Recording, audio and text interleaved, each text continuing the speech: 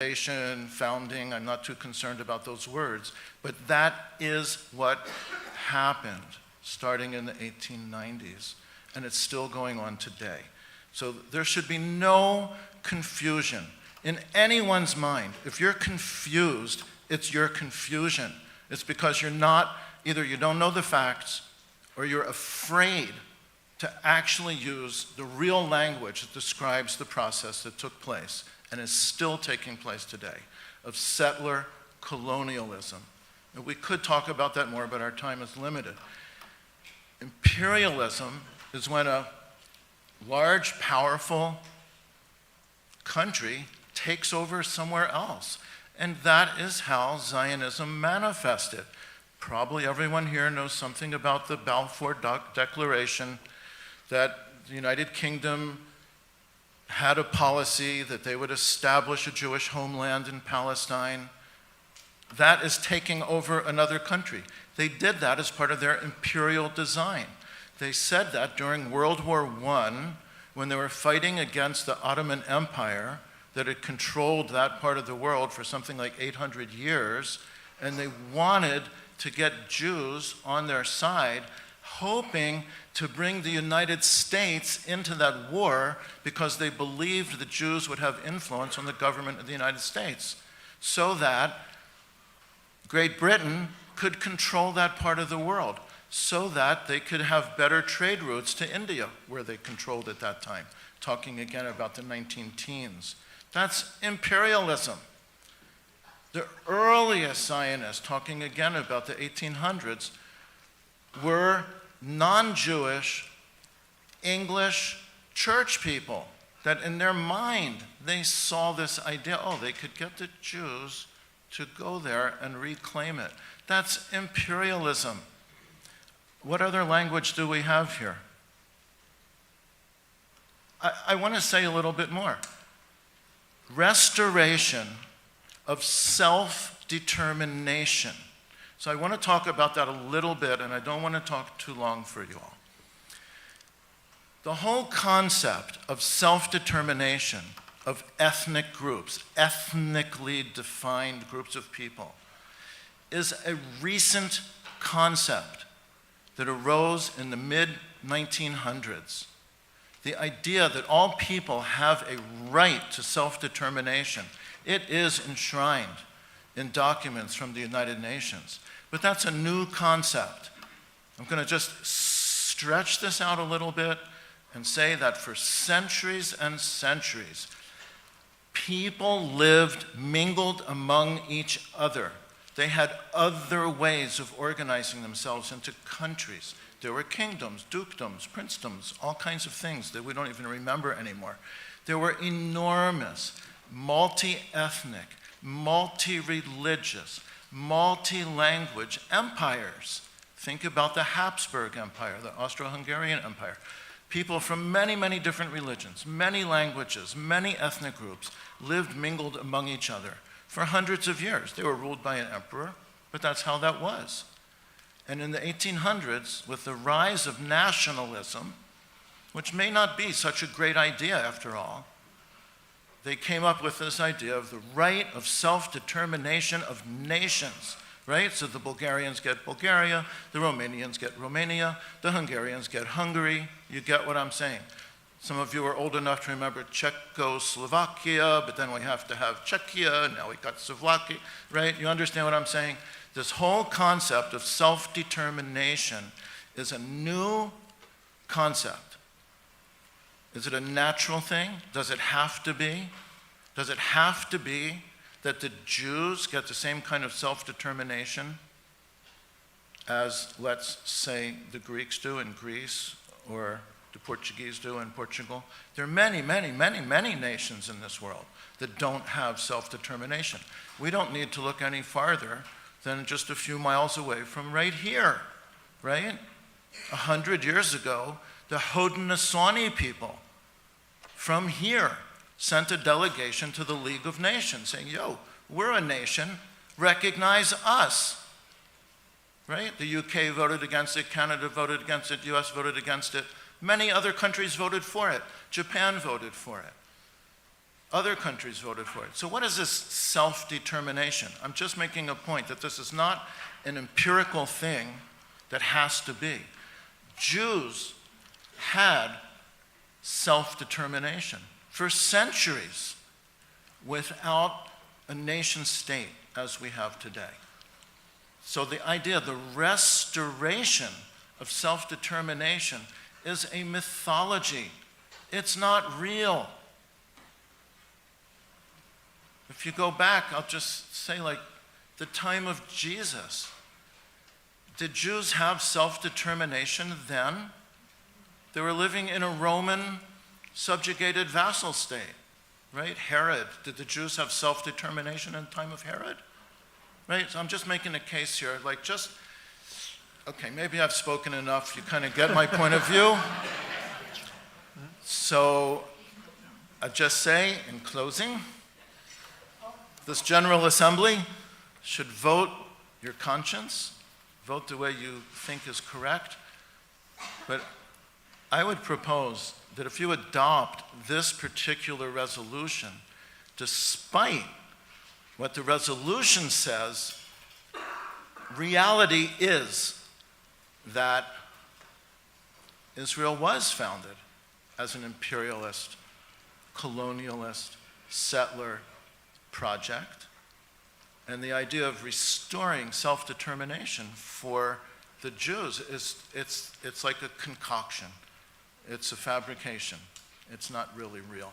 So appreciate you listening. I can just tell that you are listening, and I appreciate that very much. Thank you. Microphone number 3. Young Cho, West Toronto. I'm not sure how I feel about the motion itself, but I will say that I think in the context of everything that we've been talking about, the intention, or at least in part, the intention was to say that let's actually try to affirm or add some perspective on the other side rather than getting so caught up in the semantics of it, right? So I think part of it is because it's been so one-sided, there might have been an attempt to affirm at least a part of their existence as a nation, right? So.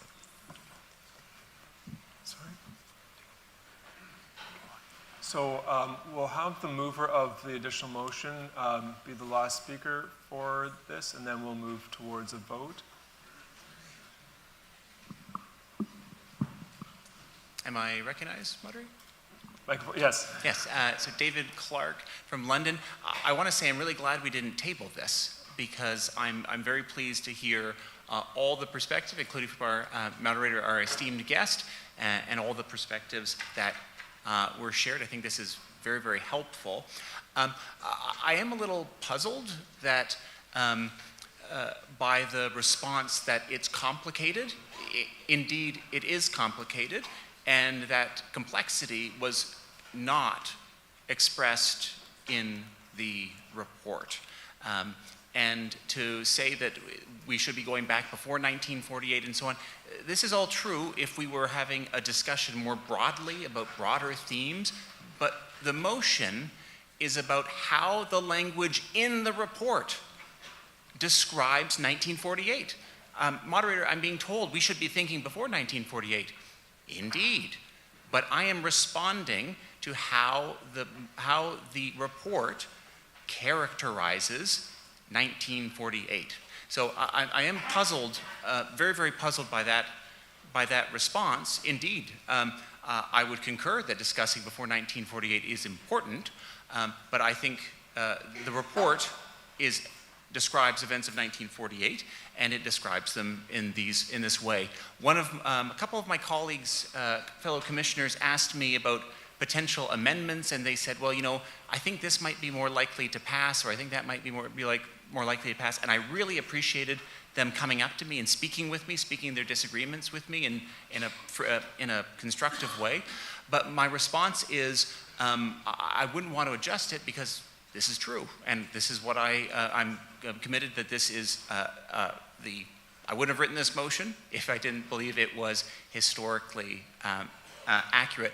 I would also add, my last point, moderator, before, is that the way these words are deployed in today, calling Israel imperialist and colonial from the start, is a way of vilifying Israel, calling it delegitimizing Israel from the start. And I think that's very, very problematic, and that's why I focus on the language that the report used about the event, about the foundation or founding in 1948. I'm very grateful, moderator, for all the perspectives that have been shared by the fellow commissioners and by our esteemed guests. Thank you, moderator. Okay, so we'll move to a vote on this additional motion, and yep, I got it.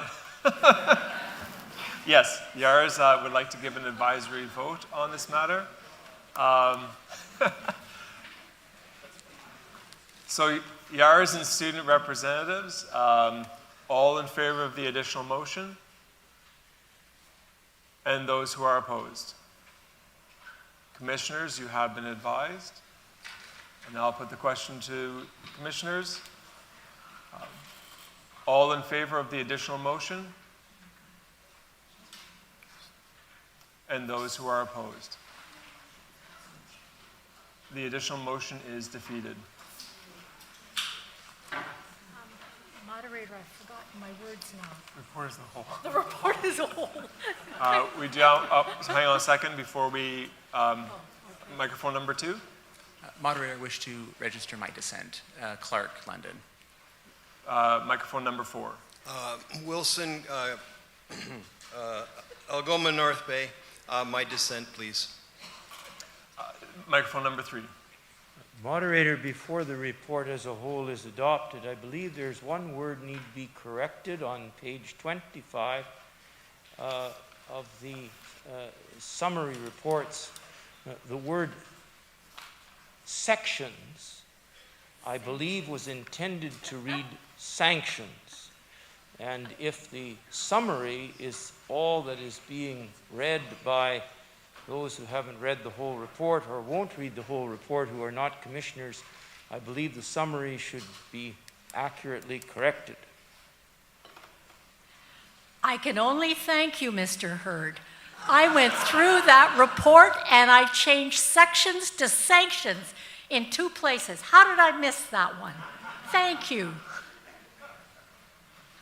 And with that correction, we have The report as the a report whole, as a whole, moderator. yes. The report as a whole has been moved and seconded. There's no further discussion on the report as a whole. Microphone number 1. Thank you, moderator. Joseph Whiteside, Westminster Presbyterian. I will make the following points.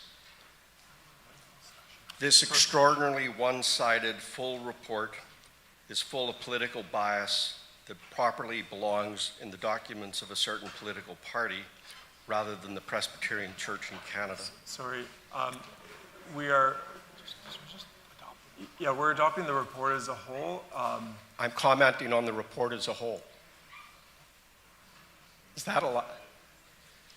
Report's on the floor, I believe, for a vote.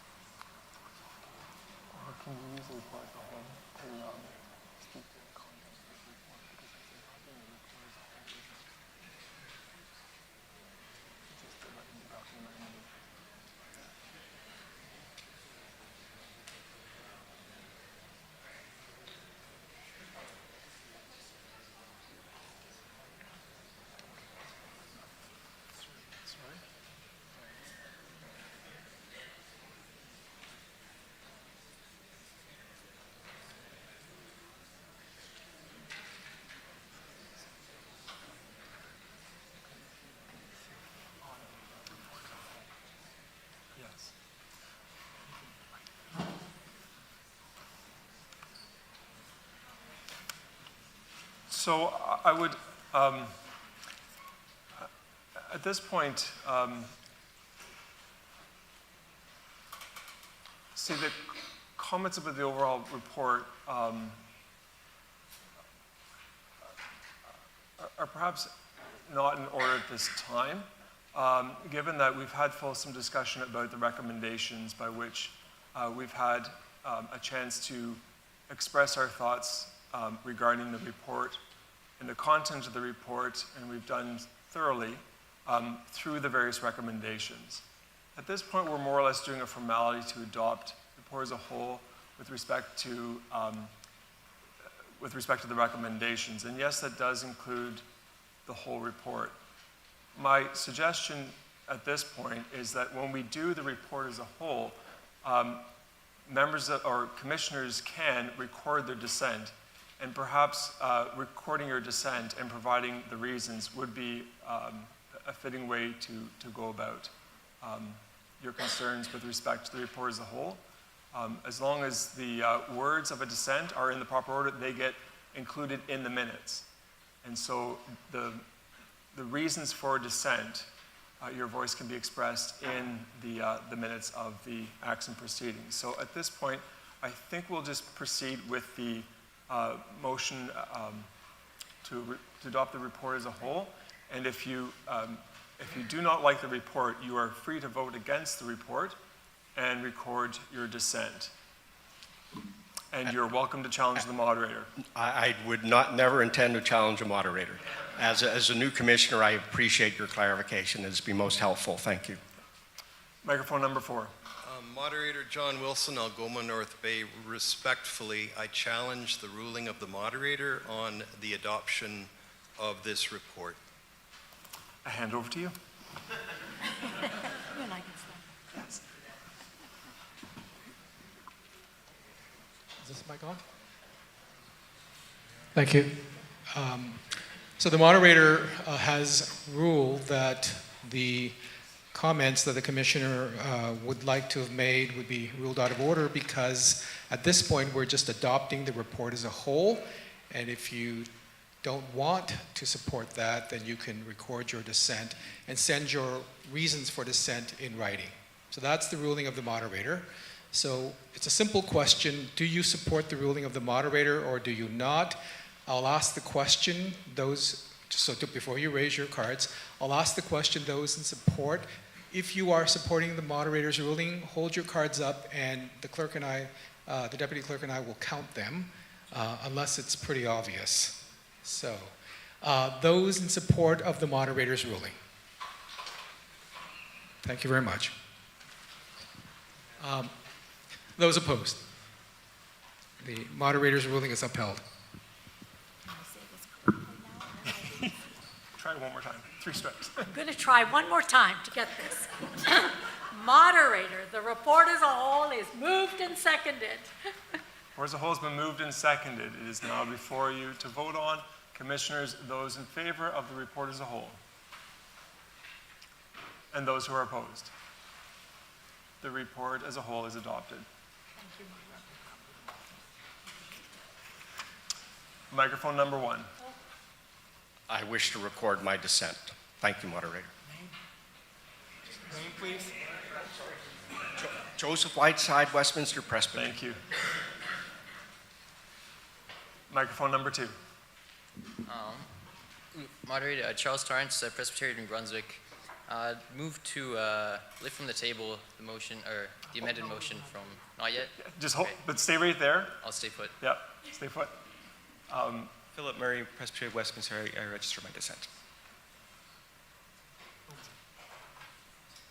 And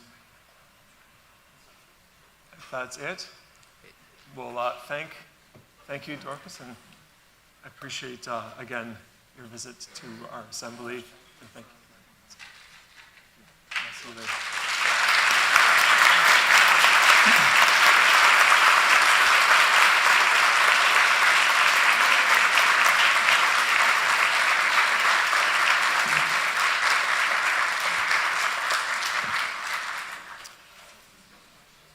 Microphone number 2.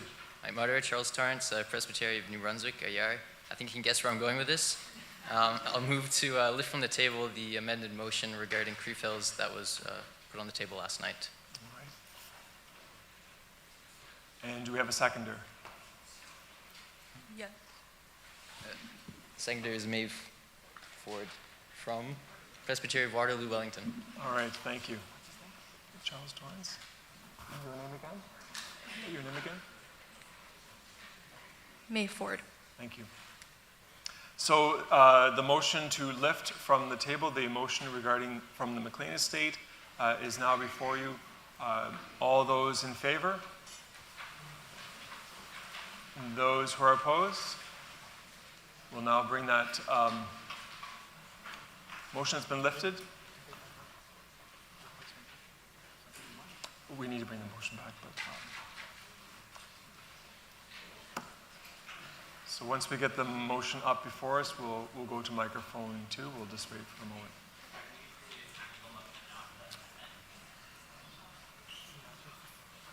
Let's put the amendment up, I think, because they're going to move it, right?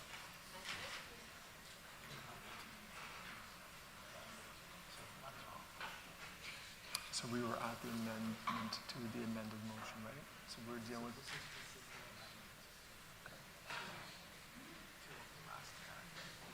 Oh, this is the amendment happening now? This is the amendment, right? It's the amendment. It's amendment to the amended motion. Where did we leave off yesterday? Is this a new amendment? Yes.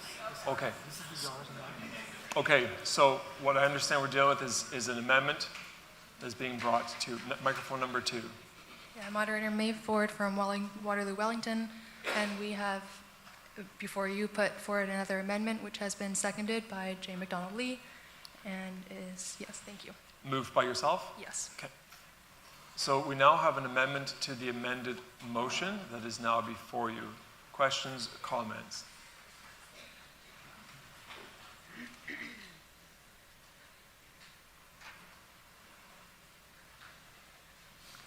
So that's before you. No comments or questions? I'm assuming the heirs would like to vote on? Yeah, okay. Microphone number 1 first. Mike Zane, Presbyterian of Westminster. The words commended, isn't that to mean like to praise, to honor someone as opposed to, like, I don't understand what commended as the first choice. Does that meet the need or the intent? I thought the intent here was that if a retreat or an outing, whatever you want to call it, was if the Presbyterian retreats or the facilities meet their needs, then they should be considered or encouraged to be the first choice for those wanting to book something. I don't see how commended fits what I believe the intent of the body was in the first place, which was to, hey, if we meet your needs, we should be your first choice.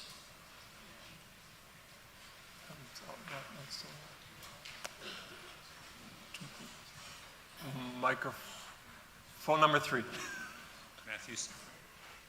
Matthew Sams, East Toronto. A second definition, a second meaning of commended is to propose as a suitable recommendation. So there's multiple meanings to words, and commended, rightly, first definition is as was spoken. Second meaning is also to recommend as suitable. Okay. There's no other comments or questions regarding the amendment to the amended motion. We'll put this question first to the Yars. Yars in favor of the amendment. Please raise your cards. Those opposed to the amendment. Commissioners, you have been advised. Now, commissioners, those in favor of the amendment and those who are opposed. The amendment to the motion is adopted, and now we'll go to the new amended motion. So the amended motion is now before you, and if there's no further discussion, Yars and student representatives, all those in favor? And those who are contrary-minded? Commissioners, you have been advised. Now, commissioners, all those in favor of the amended motion and those who are opposed. That is adopted. Moderator, I do believe that is the end of our report. However, Through you, I want to thank the YARs. I want to recognize Jay in particular. I am really very impressed with the courage. I appreciate how much it takes to get that together when you could have chosen not to raise that issue, and so I'm really grateful for that. I'm also, through you, would like to thank the Assembly for spending so much time and being so engaged in a conversation about regional outdoor ministries. This is so important for us to talk about. All of our centers are quite different. Creef Hills is not a children's camp, but we do have outdoor ministries all across the country. And I am so happy to talk, I could talk all day long about them. I am so happy to have had conversations with so many of you since yesterday. They are an essential part of our denomination, an essential part of the fabric of what we do as a church. They are centers of faith formation. I grew up at Camp Iona, which no longer exists, but many of you have camping in your background. My children also raised through the camping system. That's where their faith formation was happening. They are spiritual homes to our children, our youth, our families, many adults, like thousands and thousands of people, Presbyterians across the country have been impacted by outdoor ministries. I want you to know that all of these places, they are filled with joy. They are places of community and transformation, and they are worthy of our attention. All this attention they've had and more, they're also worthy of investment. And so I will say to you again, if there is a place near you where your retreat can happen, please do communicate with them. Let them serve you. That's why we exist, is to share the hospitality of Jesus Christ. So I thank you, moderator, for your patience and for everyone's time and engagement. And now I can move the report as a whole. So thank you. We have the report as a whole moved and seconded. All those in favor and contrary-minded, the motion as a whole is adopted. Thanks. At this point, we now move on to the ecumenical interfaith relations and invite Laura Lee up.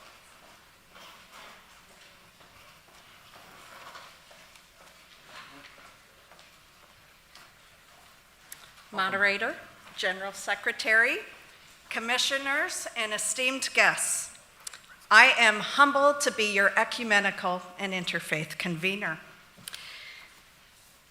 The report is moved by Heather Bryant, Presbytery of Calgary-McLeod, and it is seconded by Matthew Sams, the Presbytery of East Toronto. And there are no recommendations.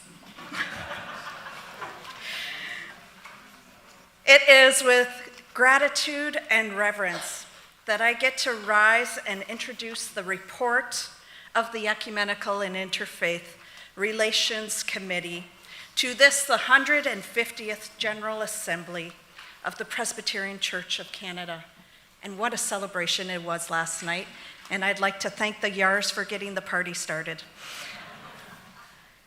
In this landmark year, which not only marks our own denomination's 150th anniversary, but also significant milestones for our ecumenical partners, including the 100th anniversary of the United Church of Canada, the 80th anniversary of the Canadian Council of Churches, and the 150th of the World Communion of Reformed Churches, and the 1700th anniversary of the First Ecumenical Council of Nicaea. We are reminded that God's call to unity, to justice, and compassion transcends denominational and religious boundaries.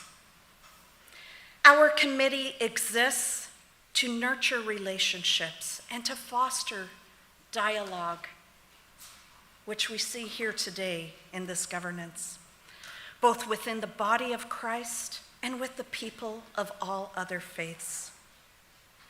And as we discern what it means to be faithful witnesses in a very complex and interconnected world, inspired by Scripture and grounded in our Presbyterian identity.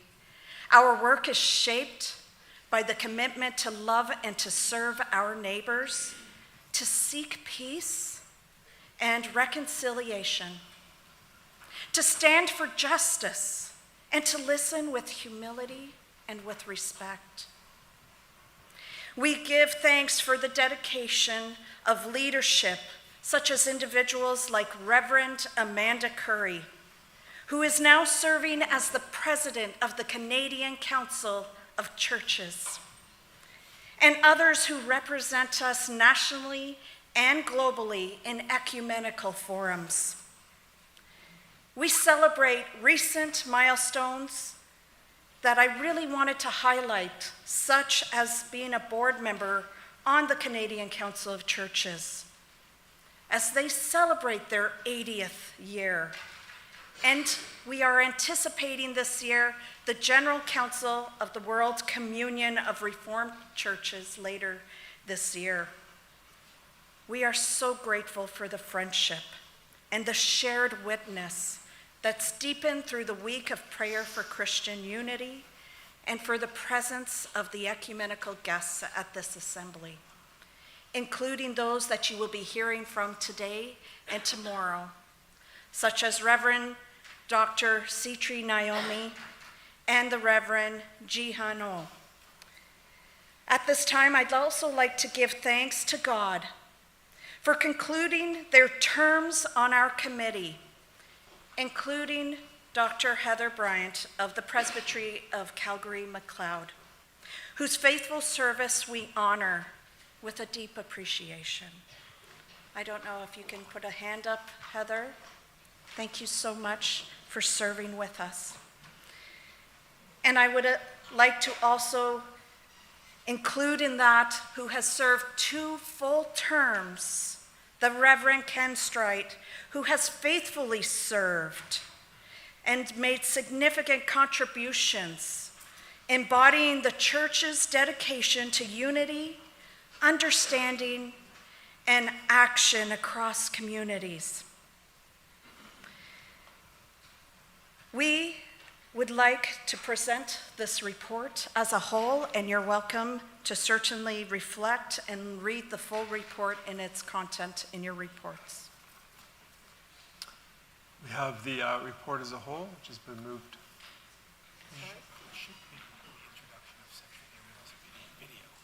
Oh, I almost forgot something. Sorry, guys. Oh, yes. Yes. So just to make you guys all apprised that Dr. Sitri Naomi was unable to attend. However, we do have a video to present. So move that video first. The moderator of the General Assembly, the principal clerk, commissioners, sisters and brothers, I bring you warm greetings from your brothers and sisters in the World Communion of Reformed Churches. My heart's desire was to be with you in person, especially as this General Assembly is coming on in your 150th year, and you have some important things on your agenda, including the discourse on narratives of hope and possibility. Alas, my Canadian visa could not be issued in time for me to join you. 1875 was a significant year for both the PCC and your global family, the World Communion of Reformed Churches. That year marked the birth of both, and from those humble beginnings, both have sought to be faithful to God in our witness and engagement in God's mission. Among other things, the Presbyterian Church in Canada has made an impact in mission in Canada and in many nations around the world. In recent history, your actions around the peoples of the First Nations in Canada has been a shining example of living out our faith for other churches, and this resonates with the WCRC's work on justice, which is also articulated in the Accra Confession of 2004. As you celebrate this year, I pray that the work on narratives of hope and possibility will be an inspirational tool that propels the Presbyterian Church in Canada into new heights of leadership in an era in which the larger society is experiencing despair and sensing walls and closed doors that deny people and creation the fullness of life for which our Lord Jesus Christ came. May this assembly create a space for the PCC to take bold, meaningful steps to contradict the forces of evil and death that give messages of despair and impossibility. May your deliberations in this assembly mediate hope and increase sense of possibility of all. We ask that you pray for the upcoming General Council of the World Communion of Reformed Churches in October this year in Chiang Mai, Thailand, under the theme, Persevere in Your Witness. In this General Council, the WCRC will be celebrating its 150th anniversary. Pray that your delegates and other delegates will be God's instruments in that General Council so that the Council can yield outcomes that spell hope and the opening up of possibilities for the world today. And that we shall persevere as churches, strengthening our unity and commitment to justice. On behalf of the President of the WCRC, the Reverend Najla Kassab, and the entire WCRC family of churches, we wish you the best of God's blessings in your deliberations. May God bless you in this General Assembly.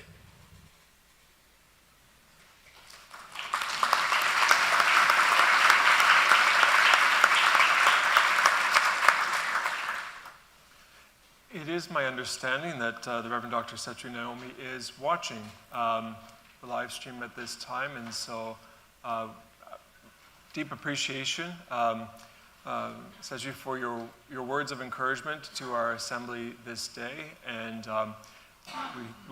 we pray for God's continued blessings upon the World Communion of Reformed Churches, and particularly as you meet this coming fall.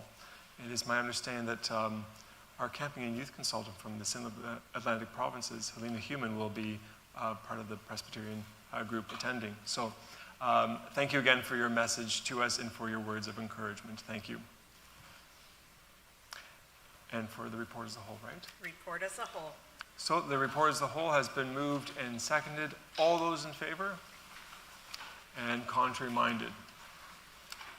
That is adopted. Thank you. I believe we're ready for the theological colleges. Okay. So I understand that the conveners for the colleges will be coming up to present the colleges report from the three theological colleges.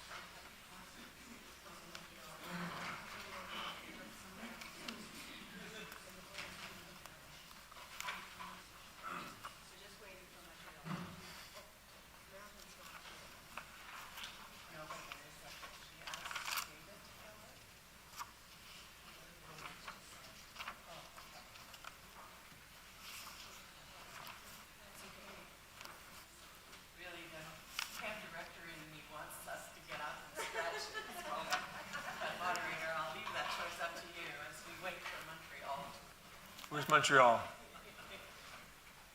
If you need to want to get up and stretch for a moment, we can certainly wait.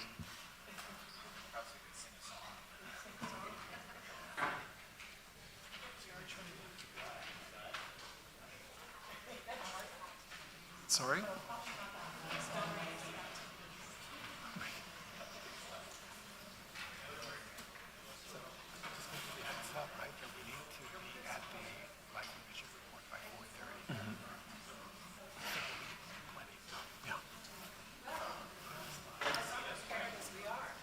Welcome. Thank you. Moderator, clerks, my name is Gwen Brown. I'm from the Presbyterian of Kamloops, and I'm here as the resource person and convener of St. Andrew's Hall. This is a little unexpected because we decided this year that the three colleges would present together, and our first presenter, unfortunately, was sick, and she asked someone else to step in, and we can't find him. So we're going to refer to the slides, and you will forgive me because I have no responsibility for the first two, but let's see what they say. Okay. We wanted to share, because in our conversations, there is so much that the three colleges do share. And so there's some of our information there in front of you of who we are. Right now it happens to have 3 female conveners and 4 male leaders.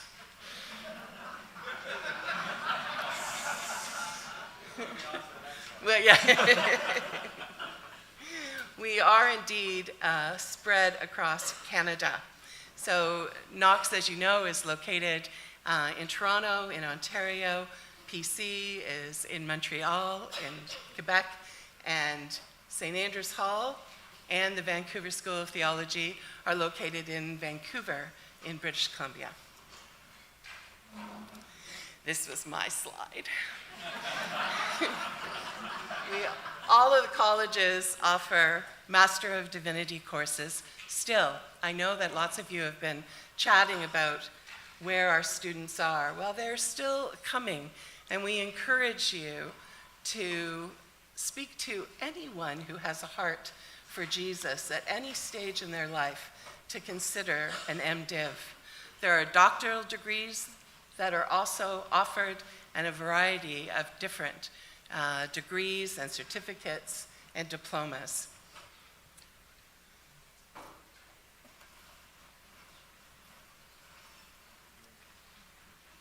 Thanks, Gwen. I'm Candy Grant. I'm the convener of Knox College, and you've heard about the 3 theological colleges that we have across the country, and we represent and support different geographical areas in the country, although I've really been surprised at the numbers of students that I've met that have traveled halfway across the country to study not in their own geographical location. You've seen things that we do in common, and what this slide highlights for you is how we're different. So I'm just going to talk a bit of an overview about each of these, and then going to turn it over to the principals of each of the individual colleges to talk about it in more detail. So if we look at St. Andrew's Hall, that works with the Vancouver School of Theology on the West Coast, it is a center for missional leadership. And their focus is on helping congregations to move beyond just ministering to the congregation within their walls to outreach in the community. And they also have an Indigenous Studies program that focuses on theology in that particular cultural context. If we move east to the Presbyterian College, which is affiliated with McGill University in Montreal, they have a Master of Theological Studies in Practical Theology, which I think is really, really surprising, because I never expected until, and I'm so delighted with the commissioner who felt comfortable in communicating to the assembly in French today, that we actually have Presbyterians who speak French in Quebec.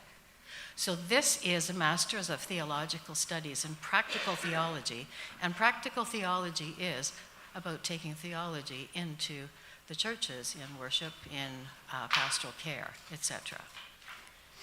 And their leadership center, it began focusing on mentoring for new ministers in congregations, and it now moves on to helping individuals to be able to connect their faith with their work environment, which I think is really interesting because we do a lot of talk about theology in our faith context, but we're all out there in the world, and how do we take our faith into that environment?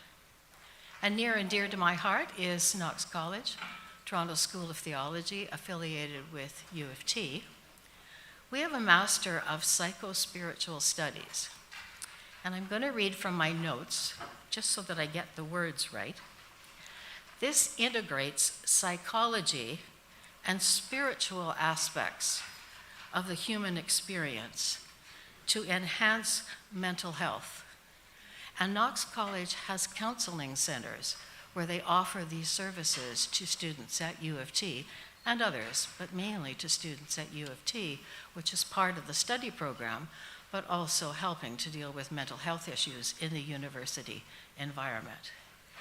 And if you don't know about the Ministry Forum and Center of Lifelong Learning and John Borthwick and the work that they're doing for supporting vibrant congregations, supporting ministerial teams, but also in lay readers. So I'm going to turn it over now first to St. Andrews Hall and to the Vancouver School of Theology and the other principals to give you more in-depth information. Oh, sorry, I'm turning it over to Gwen. That's okay. Moderator, I would like to present the St. Andrews Hall report. It is moved and seconded by Rebecca Simpson and Sir Nami Gopal from Westminster Presbytery. Report as a whole for St. Andrews Hall is before you. All those in favor? Contrary-minded? Thank you. Adopted. Thank you. People are always wondering about the relationship between Vancouver School of Theology and St. Andrews Hall and the PCC. Vancouver School of Theology is owned and operated by the Anglican and United Churches of Canada. And we, through the General Assembly, are a partner with VST through the generosity of St. Andrews Hall, which means St. Andrews Hall pays the bill for the Presbyterians who teach at VST. And it is a wonderful place. I want to tell you about my first experience. I'd been on the board at St. Andrews Hall, and because of the convener, according to the Presbyterian Church in Canada, the General Assembly, from the St. Andrews Hall board, sits on the board of VST. So I went to my first meeting, and it was very different than St. Andrews Hall. It's a little more formal. But boy, people were friendly. And we had education about a governance board, and I love education at a board meeting. And I know I'm one of those strange people that way. Then we had lunch together, and we had worship together, and the students were so generous in their time and in their opinions and in their welcome. And that evening was the Chancellor's dinner. And it has been years and years since I've been to a Presbyterian event that was so inclusive, so representative, and so affirming. It was an amazing experience.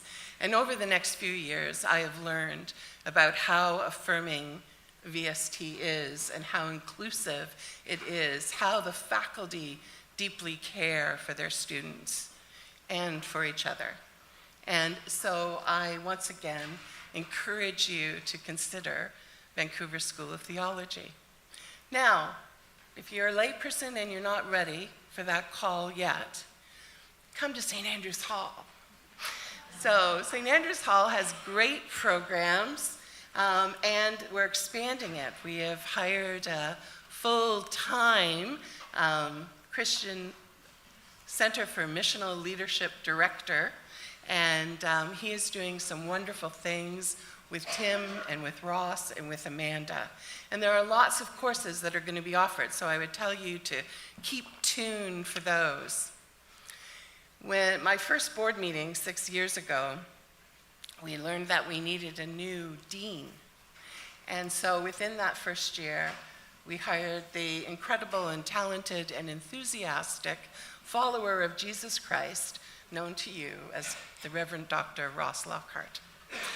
He has continued to be enthusiastic and a deep and abiding follower of Jesus Christ, and he inspires the board to think broadly and to hope and to plan. And it has been a true pleasure of mine to sit on that board and to serve the General Assembly in that way. So I thank you, and I commend St. Andrew's Hall Ministry to you.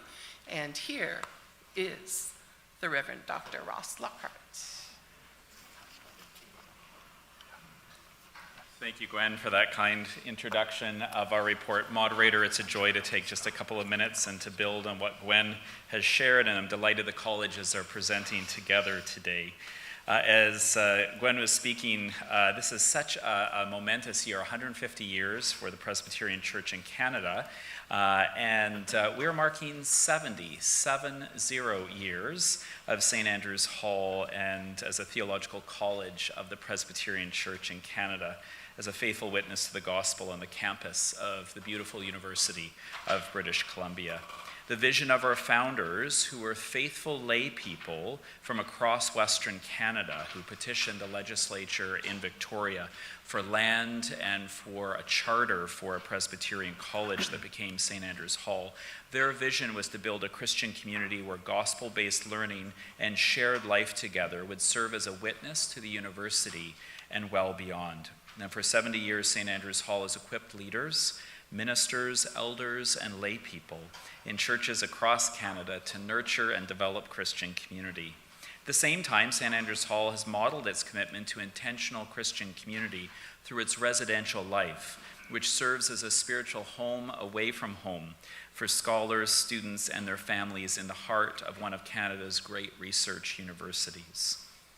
Today, St. Andrew's Hall walks confidently into the future that God is creating, equipping Christian communities for faithful witness through the Center for Missional Leadership's peoples, programs, and publications.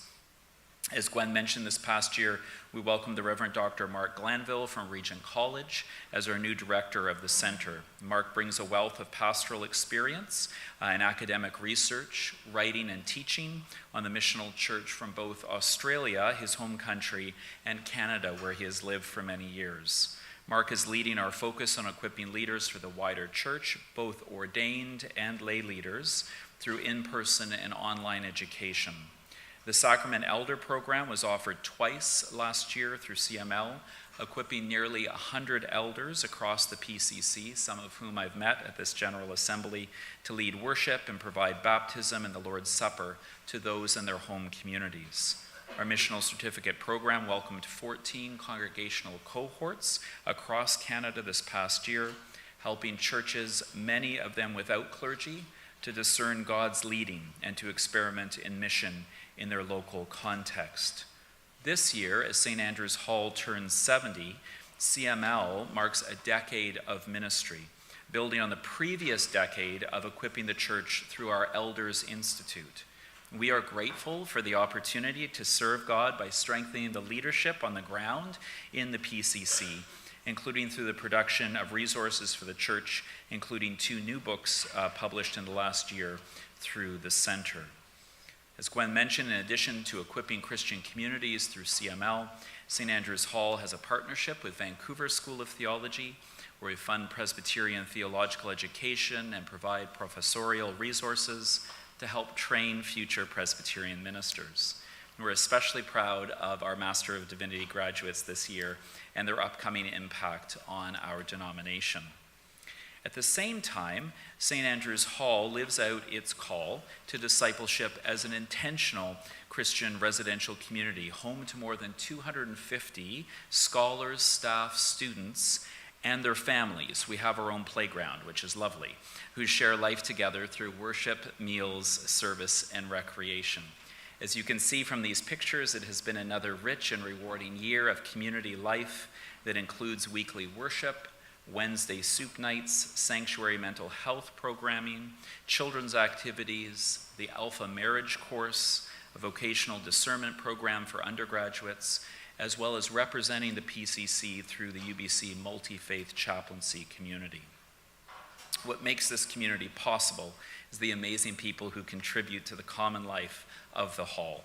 And I'm deeply grateful for the dedication of our board, including Reverend Gwen Brown, who is concluding 6 years of faithful service on the board, the welcoming and hospitable care of our staff, the wonder and delight of our students and residents, and the generosity and prayerful support of members of the Presbyterian Church in Canada. Moderator, as together we celebrate 150 years as a denomination at this assembly, we humbly add our own 70 years of thanksgiving at St. Andrew's Hall to the reconciling and redeeming presence of the risen Lord Jesus Christ. Great is God's faithfulness yesterday, today, and into the future that God is creating and calling us into as we notice, name, and nurture disciples of the risen Lord Jesus. That is our report, Moderator. Thank you for the opportunity to present.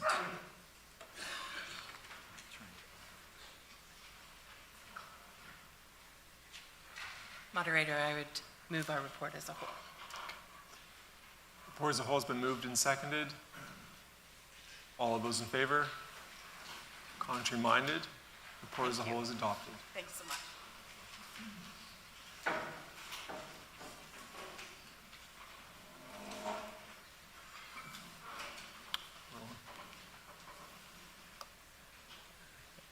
As was mentioned, Marilyn Scott, who's the chair of the board of governors of the Presbyterian College, could not be here. She was sick and so wasn't able to travel. She also is coming to the end of her term as both a member of the board and as convener. And so I just want to express my gratitude to her for her faithful, diligent work over the past 6 years, and too as convener. So I think that may also be noted by the moderator in some way. But so yeah, I just want to share a few. Did someone take the remote? Ross ran off the remote. There you go, sir. Yes. It is the year of anniversaries, 70, 150, and for the Presbyterian College, 160 years. We like to say we're older than the denomination and older than Canada. I think Knox, who comes after us, will be able to one-up us even on that. But in any case, 160th anniversary this year of the Presbyterian College. Just on this first slide, I just want to summarize very briefly a few things and then share 3 specific slides of things that we might and can offer to you as the Presbyterian Church in Canada and ministers, lay leaders within the denomination. So a quick summary, the things you can find in the report. Financially speaking, the college continues to be in a stable position, as strong a position I think as it's been in some years, for which we're grateful. In terms of enrollment, we have more students today than in many years. Partly this is due to our new French language program that Gwen mentioned, launched in 2019, which currently has 26 students in it. 4 of our 9 graduates this year were in the Master of Theological Studies program in French. On property, our property at the Milton Gates of McGill University continue to serve us well, but we are also just beginning to take some important steps to reconsidering development options that were looked at in the past. And of course, we look forward to keeping the General Assembly updated on that possibility. Of course, our faculty members and staff continue to do what they do well, that is to teach and to write. It's worth noting that Adrian Langdon, Director of Programs in the Leadership Center, has just published a book on the thought of Karl Barth in relation to eco-theology. So if you want more on that, Adrian is here and at the back of the room today. And Dr. Glenn Smith, who is the Director of the MTS program, has a book in press right now on Christians in the city of Montreal, looking at the reality of Christian faith and identity in Montreal today. So that's a quick summary. Most of that is in our report, and you can find it in the documents that were circulated ahead of the General Assembly. Then I just want to share 3 slides of things that we can offer to you as the Presbyterian Church in Canada. The first is a certificate in lay leadership. This program was launched this spring with a first online study in leading prayer. It's a study that I was able to lead. The 21 participants in this study reminded me of the faith, creativity, thoughtfulness, and engagement that lay leaders bring to our congregations. From Sydney, Nova Scotia to Vancouver Island, participants explored prayer, wrote prayers, received feedback on prayers, and developed new approaches and confidence for leading in prayer. Of course, we know as a denomination that lay leadership is more vital than ever for the church, and we trust that the college can continue to make a meaningful contribution to equip and support lay leaders through this program. It includes and will include 4 online studies, and then also an in-person capstone experience, a conference at the college. We also expect there might be some financial support for those traveling for that experience. So there's more information available both if you scan the QR code. I also have some postcards. We have them at the table that you can also scan the QR code. I promise to Terry Lee I will not distribute these in the Assembly Hall. A second slide. This is for pastors, pastoral leaders in the denomination.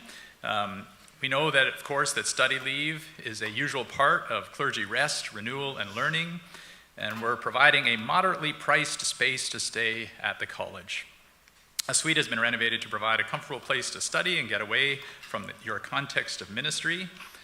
During the academic year, this allows you to attend chapel and other community activities, also to share in reflection and dialogue with faculty members. You can come with your own independent study program, or we are happy to provide an outline for study in a number of areas.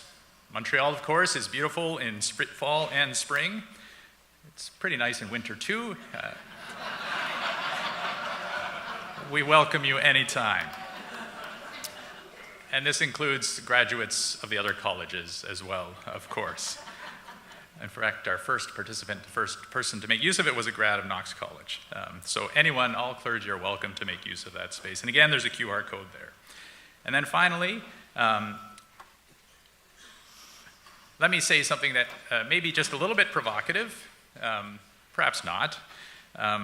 Most Christians do not participate in the mission of God by way of a church program. In fact, it's probably a mistake to think of missional activity as linked inextricably to congregations. Most Christians participate in the mission of God through their vocation. I think of my wife, who is active in church in a variety of ways, but her work as a nurse in pediatric chronic pain is her participation in Christ's mission.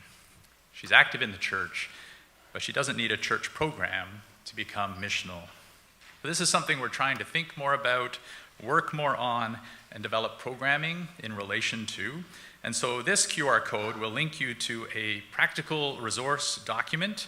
It provides resources for a 4-week series for worship on faith and work. So it provides sermon outlines, children's stories, prayers, responsive activities for use in worship. This is all about helping Christians, helping members, adherents, people who are part of our church communities to think about their work as precisely a participation in the mission of God. So that is a quick summary. Come and talk to myself or Adrian. Is Adrian still in the room? He's at the back there. Feel free to say hi to Adrian as well. Moderator, I think our report is moved by David Clark and seconded by Catherine Burgess, who I think is here. Is she still here? Yes. Yeah, there she is. Moved So and seconded the report as a whole. The report as a whole has been moved and seconded. All those in favor? Contrary minded? The report as a whole is adopted.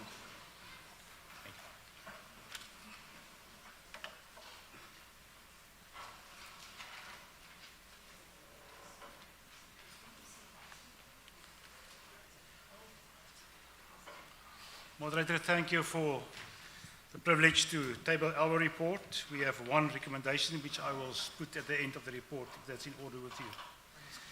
Before I formally start, I really want to say it's a privilege to share this podium today. This is the first time that we, as the three colleges, try to present a kind of a combined report. And Ross, thank you for doing it this way. I'm really privileged to share this podium with you in this way. Before I jump into a few slides, but maybe I must first say it is 70, 150, 160, and 181. I must do this. Roland threw out the bait. That is why I've got the most grey hair. I'm the oldest of the three principals.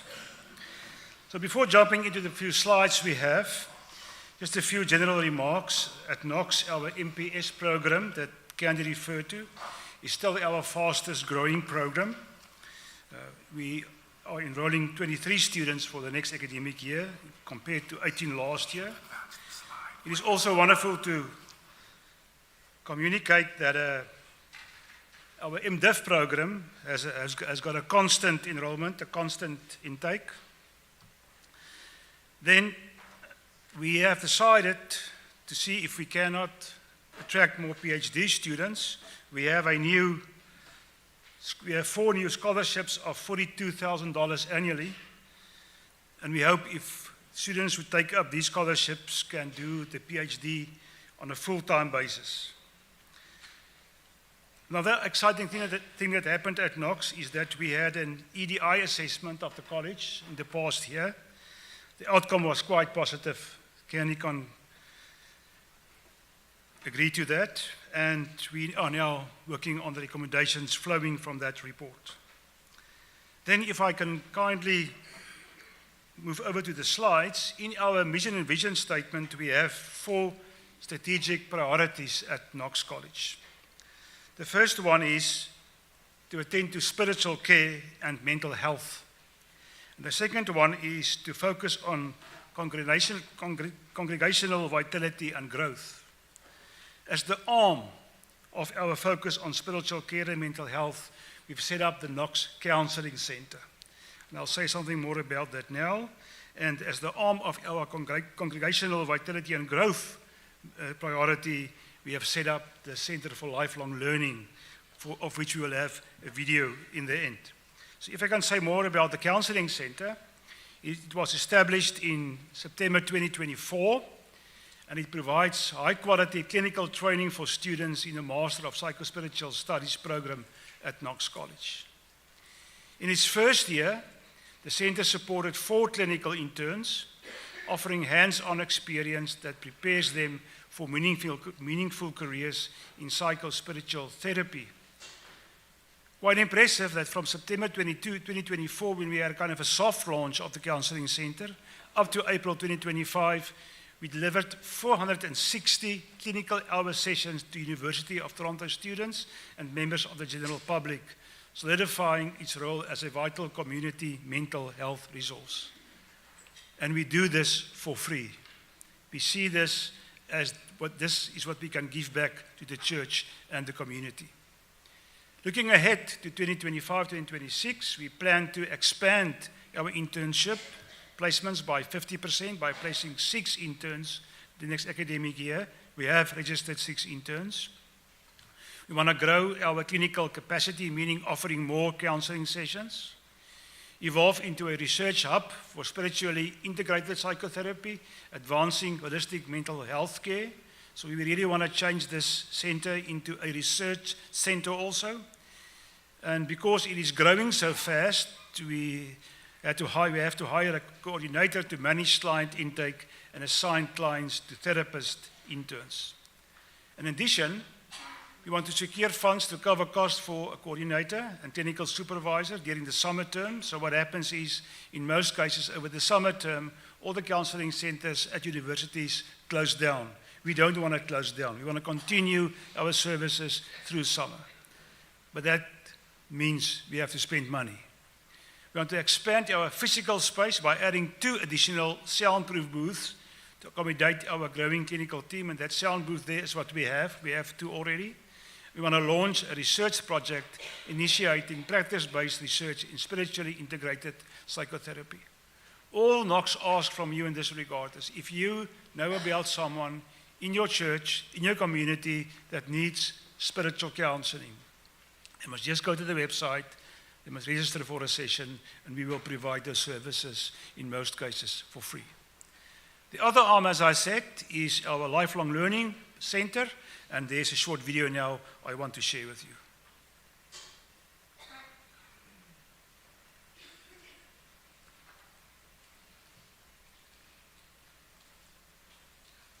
Can someone help me to get this going, please?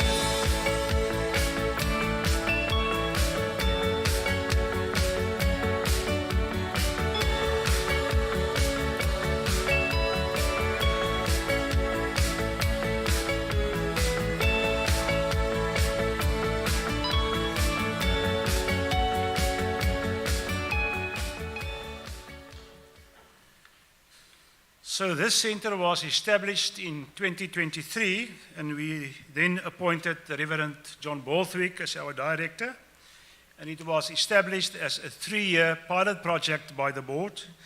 And I'm excited to announce that at the most recent board meeting of May the 9th, it was decided that the center now will be a permanent center at the college. And I want to congratulate John Borthwick for what he has achieved in this center. John, you are really an asset to the college. Moderator, we have one recommendation. That is a minute of appreciation for Professor Stuart MacDonald. And if you allow me, I've asked Professor John Visser, a lifelong colleague and friend, to present the minute of appreciation. And I also would request you, if it's in order, to ask Professor Stuart MacDonald to come to the front, please. Professor MacDonald. Invite Stuart to come on up to the front. There we are. He's coming down this way.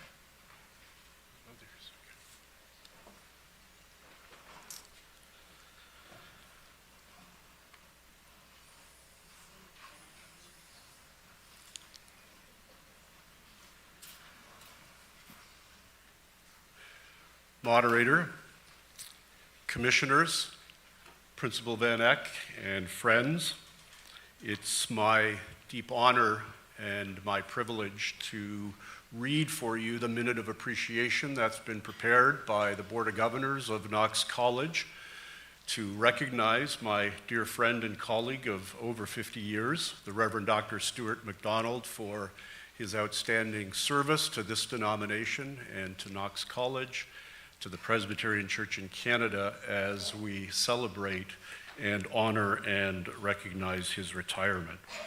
It's our custom in the Assembly to read these minutes as they are printed, and so I am going to do so. It is almost hard to believe that Professor Stuart MacDonald will be retiring on June 30th, 2025, after 40 years of service to the Presbyterian Church in Canada since his ordination in 1985.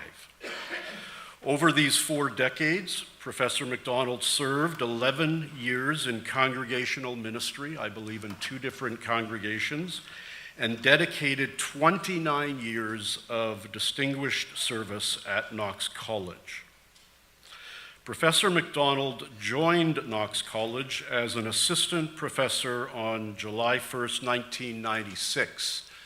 And I may just add here, he initially came on a 3-year appointment, which I observed recently he turned into a 29-year gig. Over the years, he was promoted to associate professor. He received tenure, well-deserved tenure as an academic in 2008, and later was promoted to full professor of Church and Society. In addition to his teaching and research, he made significant contributions to the life of the college, to its administration, its leadership, its faculty, its teaching over many years. He initially came as the Director of Basic Degree Studies and Theological Education, but he's also served as Academic Dean, as Vice Principal, and I should say as Acting Principal on numerous occasions. And I think if we strung them all together, he would almost have a term as Principal, including my last sabbatical, Stuart, in 2020. During the pandemic, I may add, he was the Acting Principal and led the college deftly through that period. For many years, Professor MacDonald also dutifully represented the faculty on the Knox College Board of Governors. Beyond Knox College, Professor MacDonald has been a dedicated and influential scholar, making significant contributions to the academic community. His research has advanced the fields of Scottish history, Reformation studies, and Canadian Presbyterianism, three quite different, distinct, and important areas of study. And his contributions there have left a lasting impact on academia. Through his work, he has inspired generations of students and researchers. A long-standing member of the Canadian Society of Presbyterian History, he served as its president from 2019 to 2024, and has also been an active member of the Canadian Society of Church History, which I can say is meeting even as we meet right now in Toronto, and Stuart has been there and has come out to the assembly today. Over the years, Stuart has authored numerous articles and books, further cementing his reputation as a leading historian.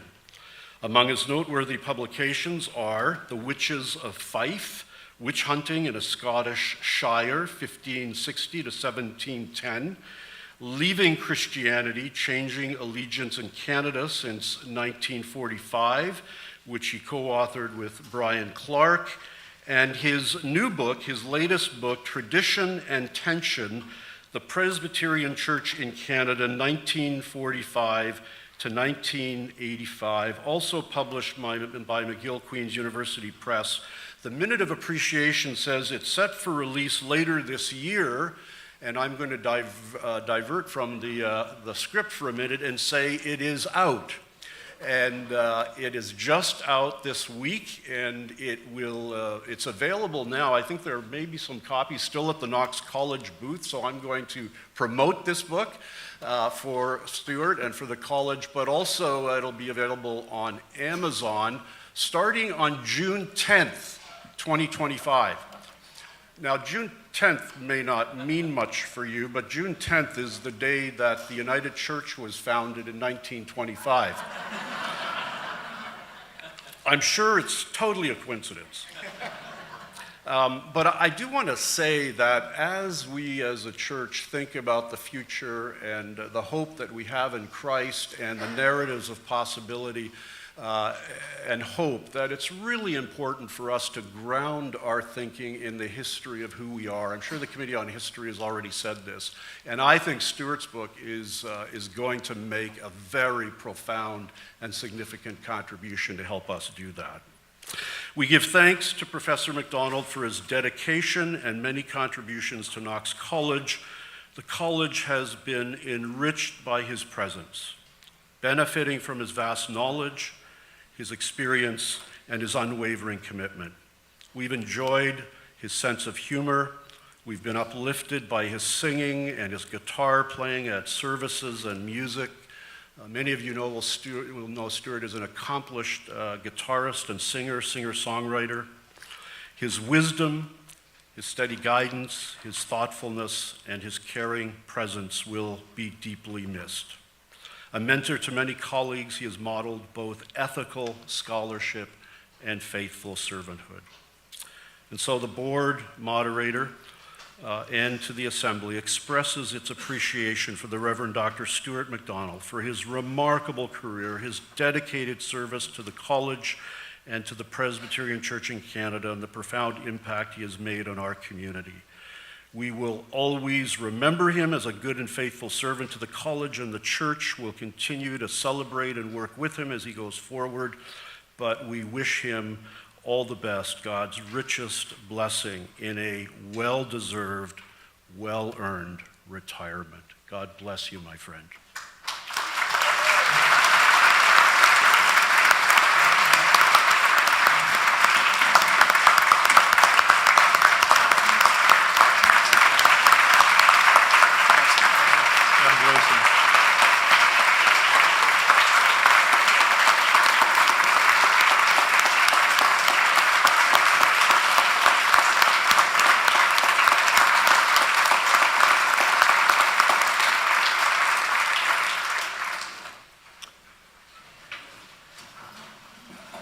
So I believe the motion has been moved and seconded, correct? I'll do it now. We'll do it right now, great. So, moderator, I ask you to move this recommendation. The recommendation and the report has been moved by Emily Bissett and seconded by Pamela McCarroll, both from the Presbyterian of East Toronto. So recommendation number 1 has been moved and seconded. It is before you. Comments or questions? All those in favor? Contrary-minded? Recommendation number 1 is adopted. And I also move our report, moderator. And we have the report as a whole. All those in favor? Contrary-minded? That is carried. And I thank you all. Thank you.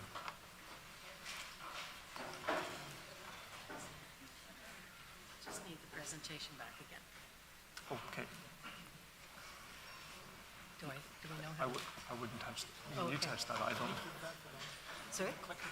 Yeah. I just Just give it to me. Oh, it's coming. Great. Okay, thank you. I will be patient. We have all the recommendations that we need, right? Everything's been done. Okay. All right. Thank you. I'm just going to say a few concluding remarks. When we put our presentation together, we wanted to give you a good idea of the 3 theological colleges. What we have in common and what we're all doing together, but also what the distinctive offerings are from each of the 3 colleges. And I hope that with our presentation that you've got a good idea of that. For more information, we invite you to visit us and to learn more about the programs and pray for the staff and students. And to support our theological colleges, we get our donations through Presbyterian Sharing. And there's one final thing that I want to talk about that we haven't talked about so far, and that's the Theological Education Liaison Group. We meet on a regular basis, twice a year, once in person and once on Zoom. And it's the conveners and the principals of each of the colleges, but also it's representatives of the Presbyterian Church. So the principal clerk of assembly, the general secretary of life and missions, the chief financial officer, and the cultural liaison.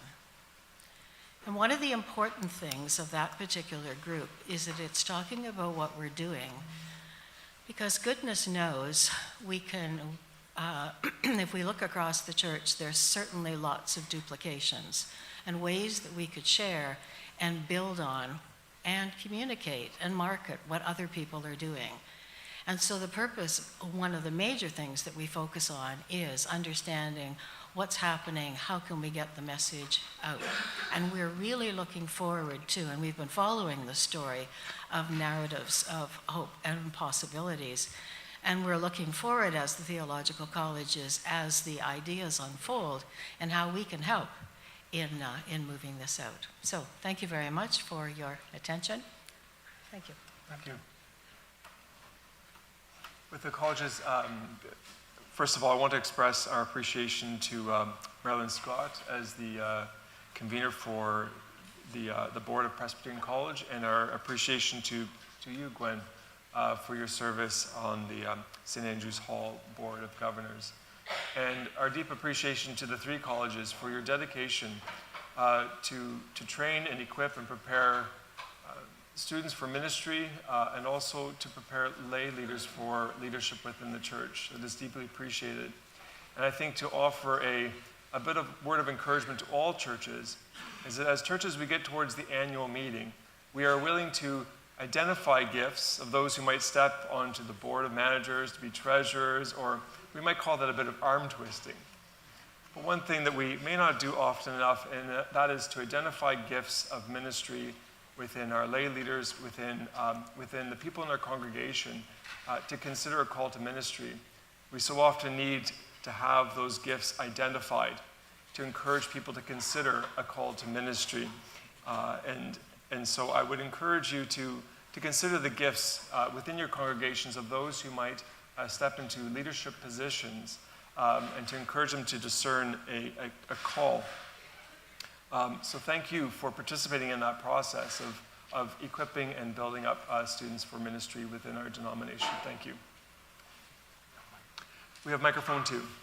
Yeah, Audrey Barton, Presbytery of Oak Ridges. Just a question, if it's appropriate. I'm wondering if these slide presentations will be available on the website, or are they there now? We have a pretty good young adult group in our church, and it'd be nice to share some of this with them. Yeah, so I'm getting nods from various people around me that we can make that available. Thank you. Through the PCC website.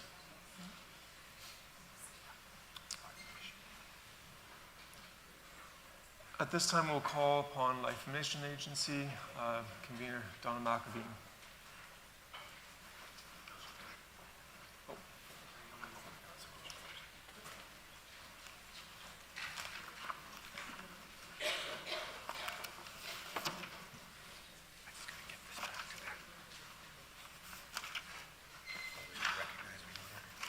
So we'll have Doug to present the Committee on Business. Yeah, the Committee on Business with the motion. Thank you. Thank you. Thank you, Moderator. This is our last follow-up on notices of motion from the first Sederunt. So therefore, Moderator, pursuant to the notice of motion given during the first Sederunt, it's moved by Tory Griffiths, seconded by James Billington, that the mandate of the Life Mission Agency Committee be reconsidered. So moved and seconded. It's been moved and seconded. There's no questions. All of those in favor? Contrary minded? That is adopted. Thank you, Moderator.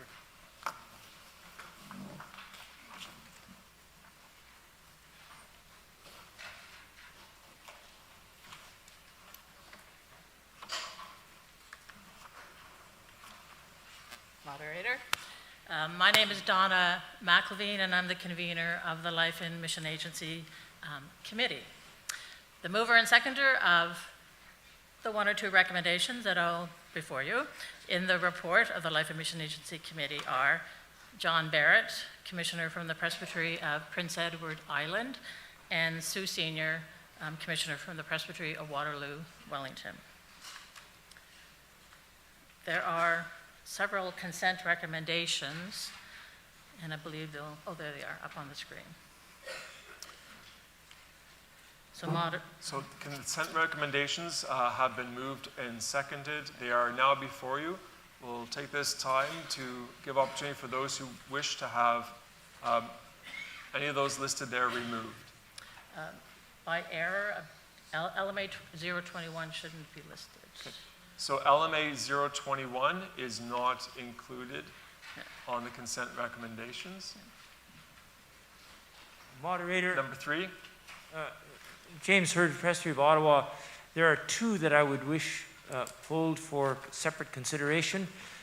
Number 4, and I believe it's number 12. Yes, number 4 and number 12, please.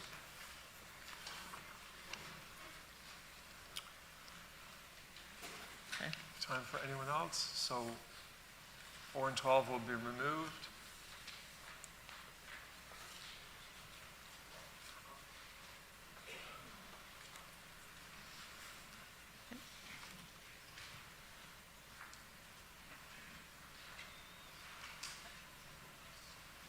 So that's been now updated. The consent recommendations are now before you. All those in favor? Contrary-minded? The consent recommendations are adopted. Moderator, the Life and Mission Agency report outlines the programmatic work that's done together by the denomination. And as the commissioners have read the report, they will know that it is divided into various sections: program support, Canadian ministries, communications, international ministries, justice ministries, ministry and church vocations, Presbyterian World Service and Development, stewardship, and then there's a response to a couple of overtures.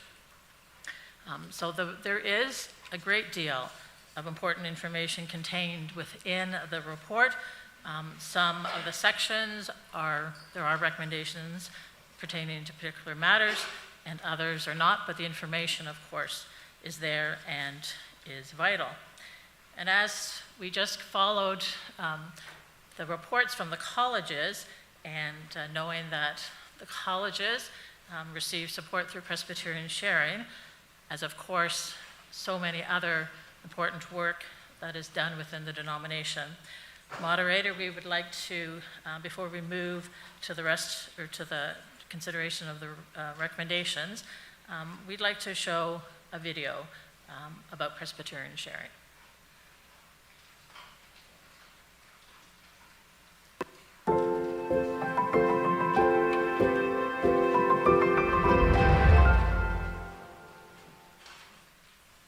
Your gifts to Presbyterian sharing make possible the mission and ministry of the Presbyterian Church in Canada.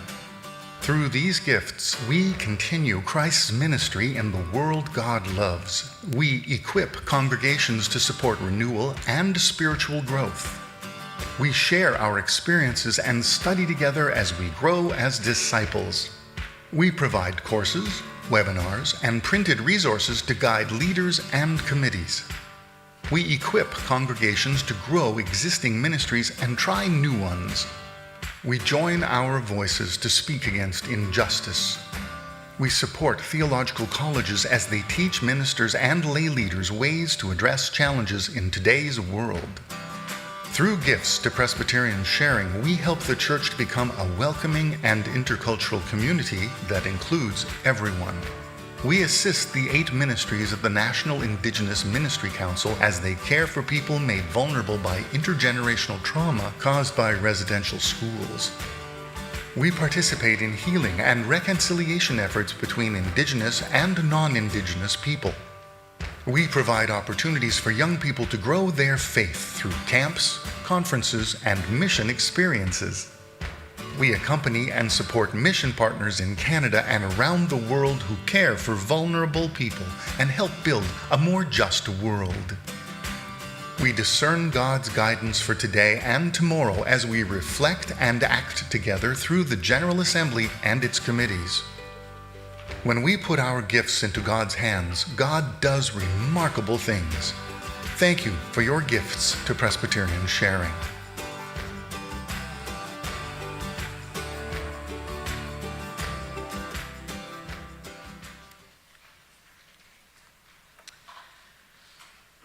Moderator, the first recommendation is LMA 001. You'll see there on the screen. And moderator, as you know, relationship building, how important it is. And at a time when anti-2S LGBTQIA+ rhetoric and policies are rising, relationships of care and collaboration between individuals and organizations are especially vital.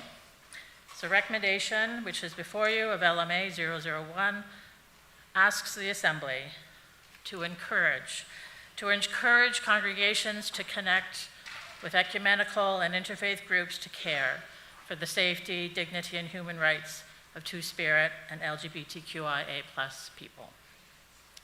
Moderator, recommendation number 001, moved and seconded. Recommendation 1 is before you. Any discussion? The YARs would like to give an advisory vote. YARs and student representatives, all those in favor of recommendation number 1, and those who are opposed. Commissioners, you have been advised. Now, Commissioners, recommendation 1, all those in favor. Those who are opposed, recommendation 1 is adopted. Moderator, recommendation number 2.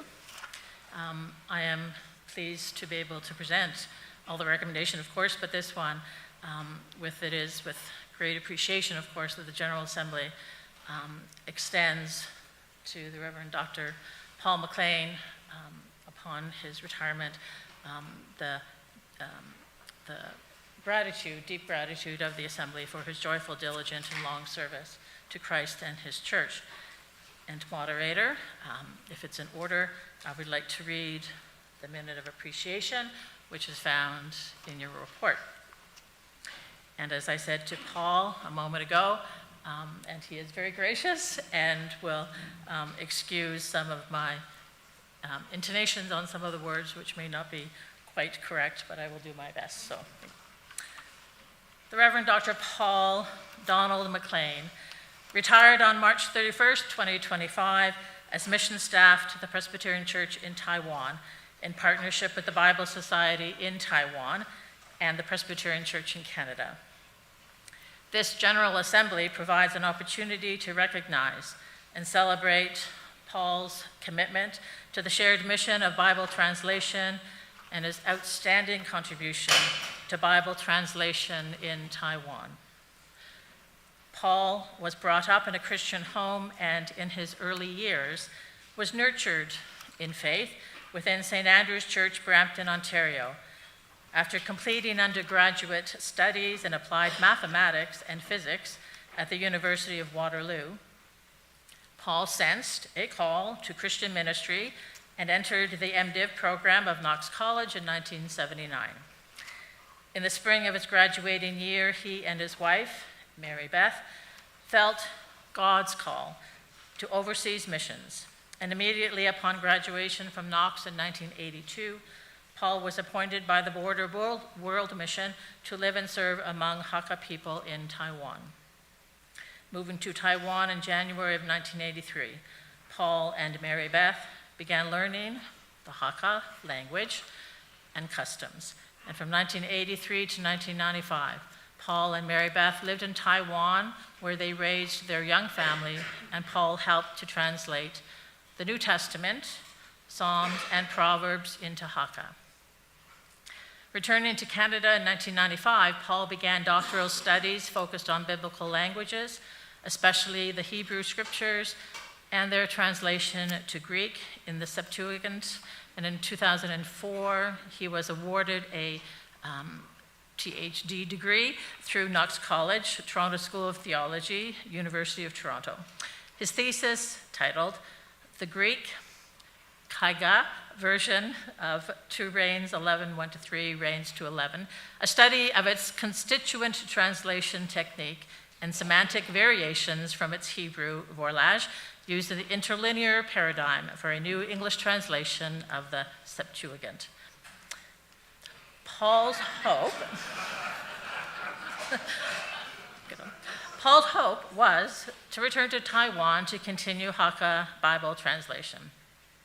This hope was realized in 2004 when Paul once again became mission staff of the Presbyterian Church in Canada, this time as a full-time Bible translation consultant in partnership with the Presbyterian Church in Taiwan and the Bible Society in Taiwan. And in this capacity, Paul has trained and worked for more than 20 years with teams of pastors and elders. It's a team approach to produce accurate translations of the Hebrew Old Testament and Greek New Testament in Hakka and many of the indigenous languages of Taiwan. There was much joy and celebration, and I'm sure many of you in the room can recall, when the translation of the entire Hakka Bible was completed in 2012. And since then, Indigenous Bible translation has been the primary focus of Paul's work.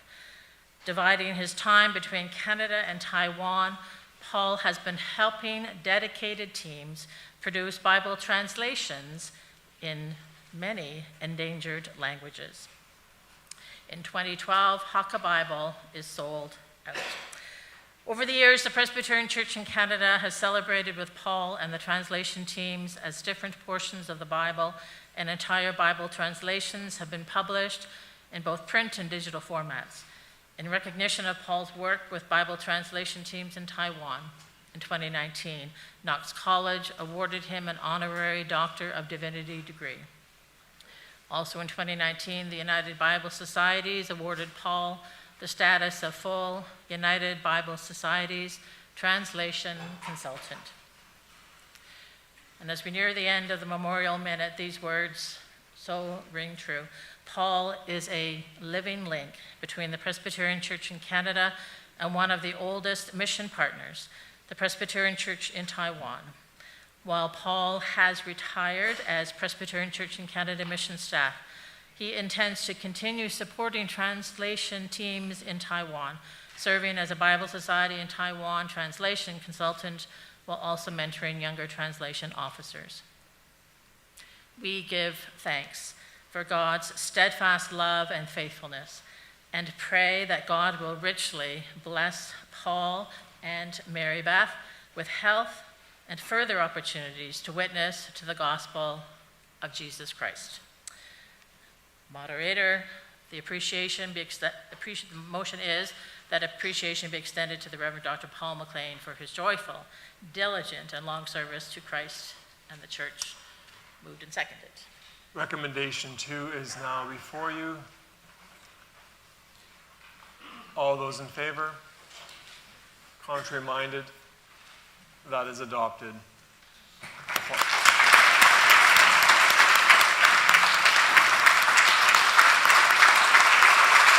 Thank you for the contribution.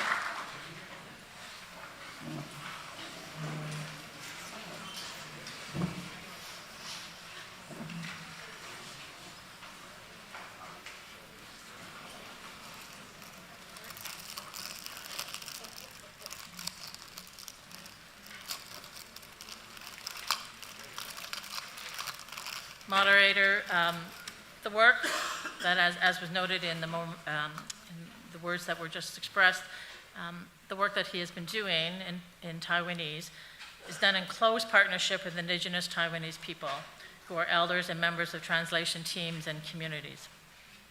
So in recognition of this important relationship and style of working, recommendation 003 asks that the General Assembly gratitude be extended to the Taiwanese Indigenous translation teams, elders, and communities that he has worked with. There is a slight change to the wording, which you will likely see in your own script. We are grateful for some suggested wordings that enhanced the recommendation and the emphasis and the acknowledgement of the teamwork and all that has been that continues to be a part of that. And so the wording that is before you, moderator, is the new wording for recommendation number 3, and which we would like to move and second. Recommendation has been moved and seconded. Comments? All those in favor of recommendation number 3? Contrary minded? Recommendation 3 is adopted. And moderator, at this time, if we could invite Paul back up and Mary back, and also our 2 guests, they would like to extend a gift to him.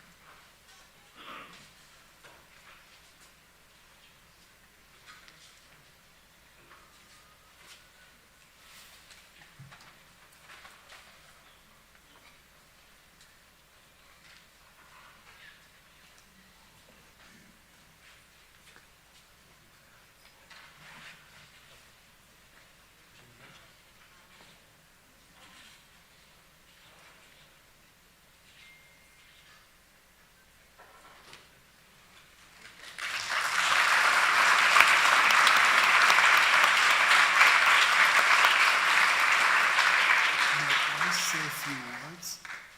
Yes. Moderator, 70 years ago, the government that time do not allow the people, especially the Aboriginal people, they not allow them to speak their own language. So until now, there are many our own people, just like I am the indigenous people in Taiwan. Our young people do not speak their own mother language. It means almost disappear. Our language disappear in the world. For example, Dr. Paul, he helped us to translate our Bible. It means through him can keep our language. Otherwise, our language will disappear from the world.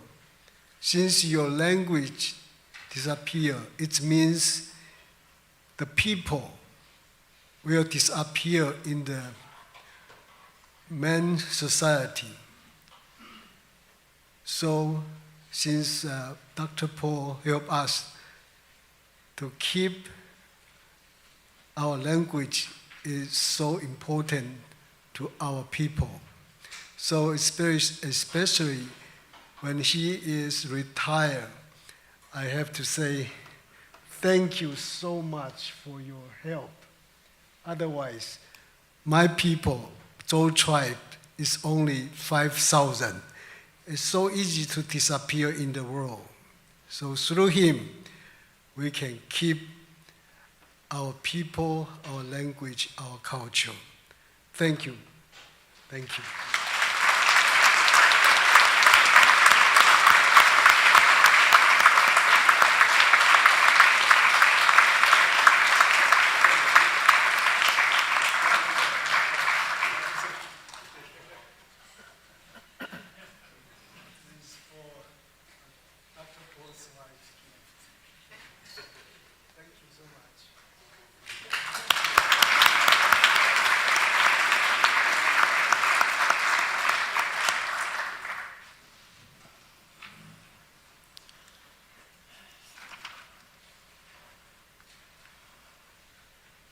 Moderator, we're at recommendation LMA 004, which was pulled from the consent agenda, and that the above and the words to the proposed changes to the mandates are in the report, that the above be the mandates of the Life and Mission Agency Committee.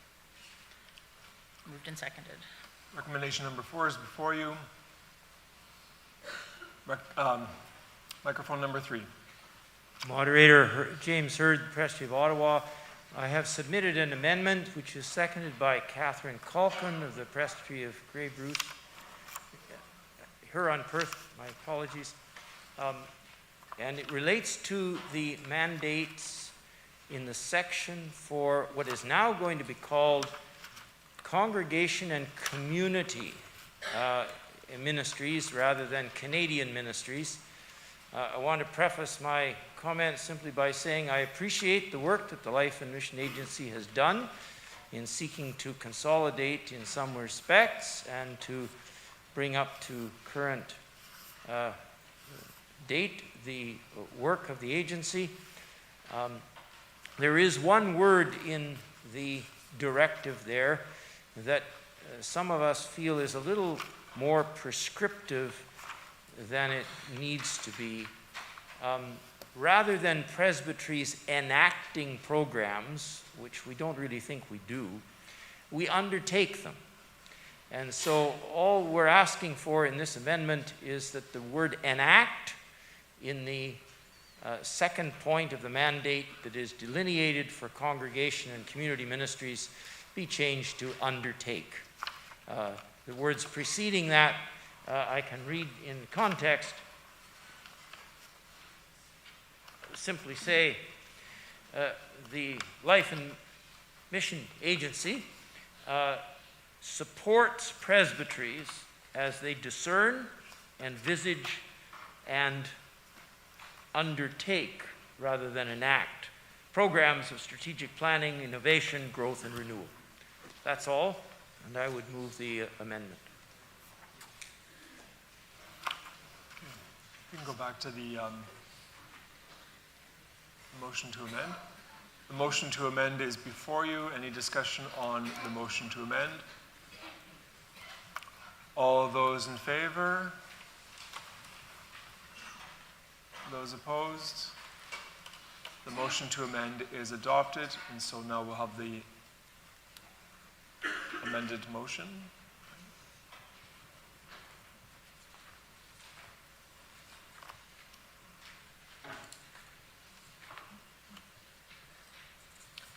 And so now the amended motion is before you to consider. All those in favor? And those opposed? Amended motion number 4 is adopted.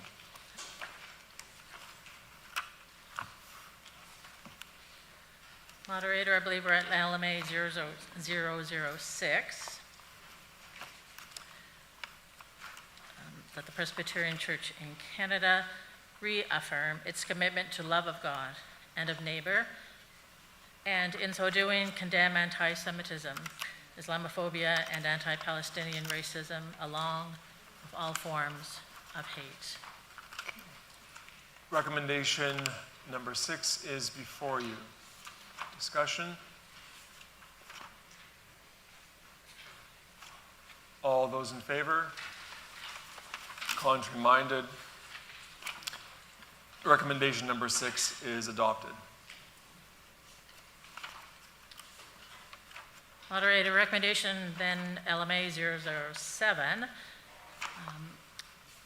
that in addition to considering advocacy efforts where appropriate and praying for an end to all religious and ethnic persecution, individuals and congregations be encouraged to work and meet with Jewish, Muslim, and Palestinian neighbors to address hate and better demonstrate the love of neighbors to which Christians are called. Recommendation 7 has been moved and seconded. It is now before you. Comments? All those in favor? Contrary-minded? Recommendation 7 is adopted. Recommendation LMA 012 is now where we are. Guidelines for conducting a non-disciplinary review of ministry. And the recommendation is that the above guidelines for a non-disciplinary review of ministry be adopted. It was in 2024 that the General Assembly approved a recommendation that the proposed guidelines be circulated to presbyteries and sessions for study and comment. And recommendation that is before the Assembly proposes that the guidelines be adopted. Moved and seconded. Microphone number 3. Moderator, I want to say thank you to the convener and the committee on behalf of the Presbytery of Ottawa. We had submitted some suggestions, some of which were included, for which we are grateful. I won't take issue with the absence of the other ones, but there is one point that on page 52 I think deserves some attention. Under the review of ministry, there is a sentence that reads thus: the review process will follow the principles of natural justice and procedural fairness, brackets, impartiality in decision-making, opportunity for parties to be heard, reasons given for findings, and that's. That's is not specified, and it is not, I think, a proper use of the word. Could we have some explanation as to what that sentence is intended to mean, and if it needs to be fixed, could we fix it? What's that? Is this supposed to be facts? Oh, no. The reference is on page 52 in the combined printing of, on the Life and Mission Agency report. So it's given for findings, period?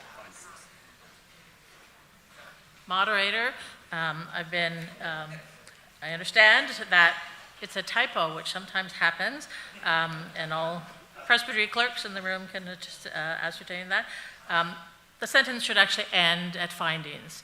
So the "and that's" should not be there. So the review process will follow the principles of natural justice and procedural fairness, bracket impartiality and decision-making opportunity for parties to be heard.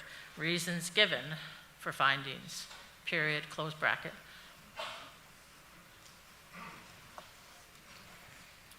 Thank you, moderator. The clerks have made that note for when it gets published in the Acts and Proceedings, and so recommendation number 12, that the above guidelines for non-disciplinary review of ministry be adopted. That correction noted. All those in favor? Contrary-minded? Recommendation 12 is adopted.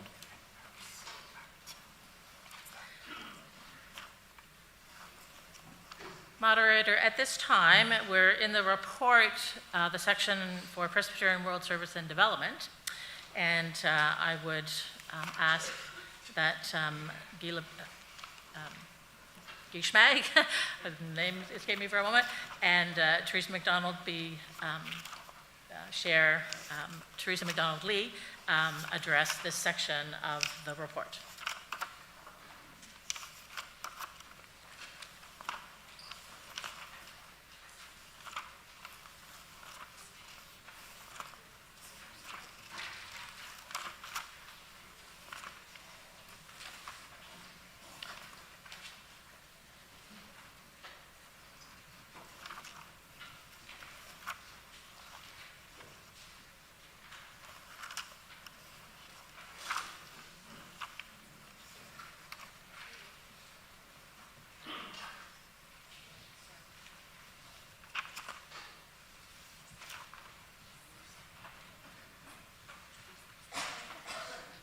Seven projects in 22 countries.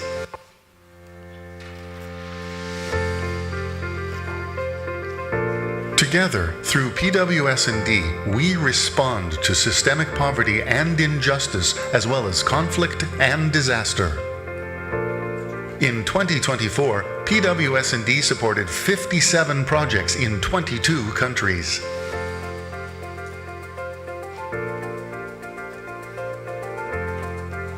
Your support helped people in need access food security, health, livelihoods, and human rights projects. Esme is a single mother of 5 in Malawi who used to find providing food and paying for school fees an impossible task. After she learned sustainable farming techniques designed to help deal with climate change, her thriving farm now ensures the family has reliable access to food. Afghanistan is facing an extreme hunger crisis. Living in a small village with limited job opportunities, Ali and his family of 4 struggled to access food. A PWS&D project offered much-needed relief through cash assistance so that he no longer had to go into debt to provide food for his family.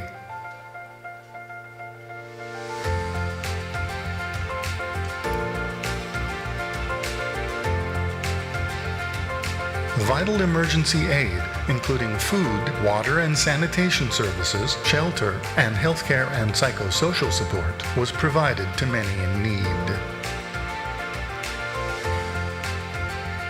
In 2024, PWS&D's support helped sponsorship groups welcome 83 refugees to Canada. Your prayers and financial support helped make this possible. In 2024, your gifts to PWS&D totaled $3.6 million, enabling $7.8 million worth of programming around the world. We know that when we put our gifts in God's hands, God does remarkable things. Thank you for being part of this story.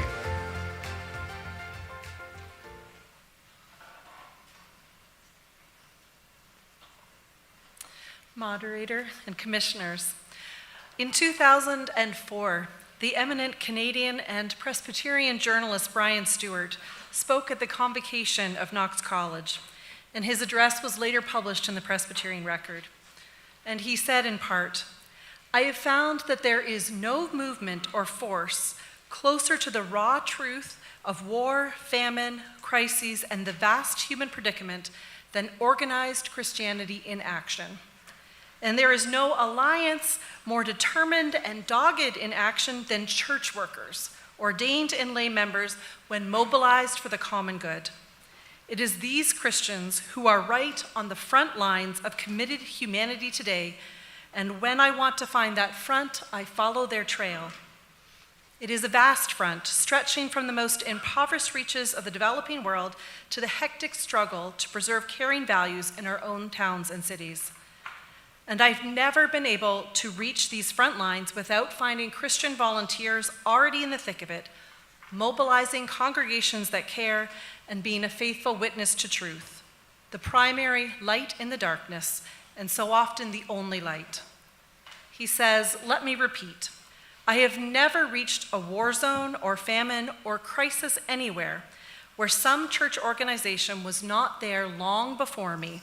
Sturdy, remarkable souls, usually too kind to ask, 'What took you so long?'"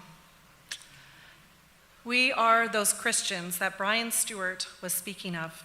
And PWS&D is, in part, how we respond to the front lines of war, famine, and crisis. In a world where profit and publicity are celebrated, Christians preserve care, compassion, and humanity as our defining values. This last year has been challenging on many fronts. The conflicts in Israel and Palestine and Ukraine and Russia seem no closer to resolution than they did a year ago. Natural disasters go unnoticed by media consumed with reporting the latest announcement and tweet from the White House. And even with all the focus on the US, it might have been easy to miss the news that US aid was shuttered, which provided a stunning 40% of the world's foreign aid, gone in an instant. Almost overnight, aid that supported healthcare, agriculture, vaccines, maternal health care, and food relief in some of the poorest and most desperate places on earth had disappeared. Other governments around the world have also quietly cut their aid budgets as well. Our own government in Canada has cut the number of refugees able to come to Canada in spite of the growing need for safety and security. Even in the face of all of this chaos, despair, and uncertainty, Christians, Presbyterians have been showing up. At our last PWS&D committee meeting, our wonderful director, Guy Smeg, in his report, reminded us that we are not helpless in the face of this news. We are not helpless. PWS&D has built deep and meaningful partnerships across the globe where we are able to respond. Our partners are capable, adaptable, and resilient. PWS&D also has far-reaching ecumenical relationships through the Canadian Food Grains Bank and ACT Alliance, which allows us to respond quickly and effectively to any natural disaster. Our refugee team ably supports congregations ready to welcome families fleeing war and displacement. Congregations across the country are committed to peace, justice, and care, and answer the call when the need arises. We are not helpless. We are, as Brian Stewart observed, on the front lines, offering light and hope. Last year, PWS&D was able to contribute $7.8 million of programming in countries like Malawi, Guatemala, Afghanistan, Haiti, Nepal, Ghana, Pakistan, India, and Nicaragua. We were able to provide food and health clinics to refugees from Palestine and neighboring countries. PWS&D responded to natural disasters in Myanmar, Sudan, Somalia, the Democratic Republic of Congo, and Syria. 30 congregations welcomed 83 newcomers to Canada. We are not helpless. We also have a voice. Refugee numbers have been cut in Canada, and we are hoping, and while we already did, through our recommendation, allowed the Assembly to share our concern with the government about these cuts. Right now, there are more congregations in the Presbyterian Church ready to help refugees than our government allocated numbers allow, and those numbers have just been cut. As well, we have asked, and you have said that you would do this. We've requested that the Assembly would contact the government to reaffirm our commitment to the importance of international cooperation, humanitarian assistance, and development aid. Investing in Canada does not just mean investing in who is already here, but it can mean investing in a compassionate, just future where all are able to prosper. We are not helpless. Thank you to the PWS&D champions who form a network of volunteers across the country and who challenge their congregations to consider our global neighbors. Thank you to Sunday schools who raise funds with the Gifts of Change catalog. Thank you to the bikers and walkers and runners who participate in the Journey of Hope. Thank you to congregations and presbyteries who gift the Loaves and Fishes Fund, which allows for stability in program planning. As we look into the future, may we be who Brian Stewart has seen at every famine or war zone: sturdy, remarkable souls, dogged and determined in action for the common good. May we, as living faith states, stand with our neighbors in their struggle for dignity and respect. May we know that we are not helpless. We are called to walk with our neighbors with justice, care, and compassion. Thank you.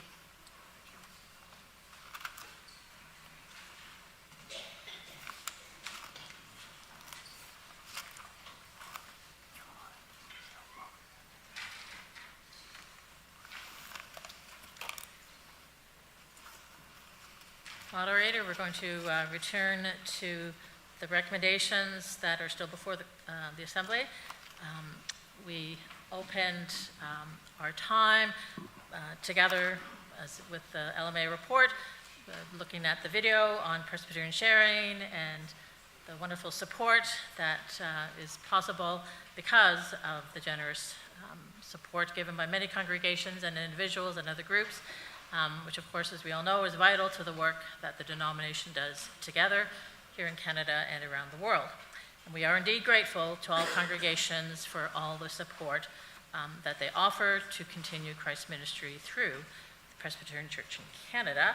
Recommendation LMA 021 addresses, proposes that congregations that perhaps are not fully aware of all the good work that Presbyterian sharing does and the resources that are available, and with the understanding of our presbytery and presbytery connection and oversight with congregations.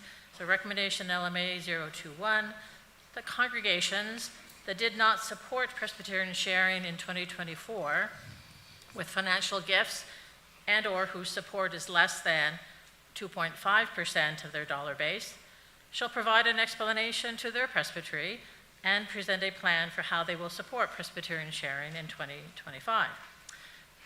Moderator, recommendation LMA 021 is moved and seconded. Recommendation 21 is now before you. Microphone number 1. Moderator, I'm never sure when to go, yoo-hoo. My comment was to the people from Presbyterian World Service and Development. And I would have loved to have been able to make a comment about Presbyterian World Service and Development. Please go ahead. Please go ahead. So we'll hold this until the comments move. Systemic poverty and food insecurity and injustice and natural disasters exist in Canada. Indigenous communities all across Canada could use the help of Presbyterian World Service and Development. And Canada is in the world.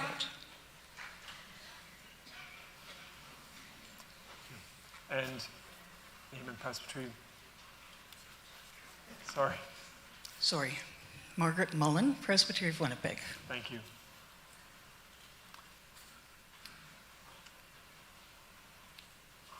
We're now on the recommendation 21 and, 22. Nope, 21. 21. There we go. 21, microphone number 4. Moderator Andy Cordell, Presbytery of Essex, Kent. I made an amendment to this. Paul Johnston has seconded. It was received and confirmed. So we'll wait for that amendment to come up. Okay. There we are. Thank you. Go ahead. Would you like to speak to the motion to amend? Okay.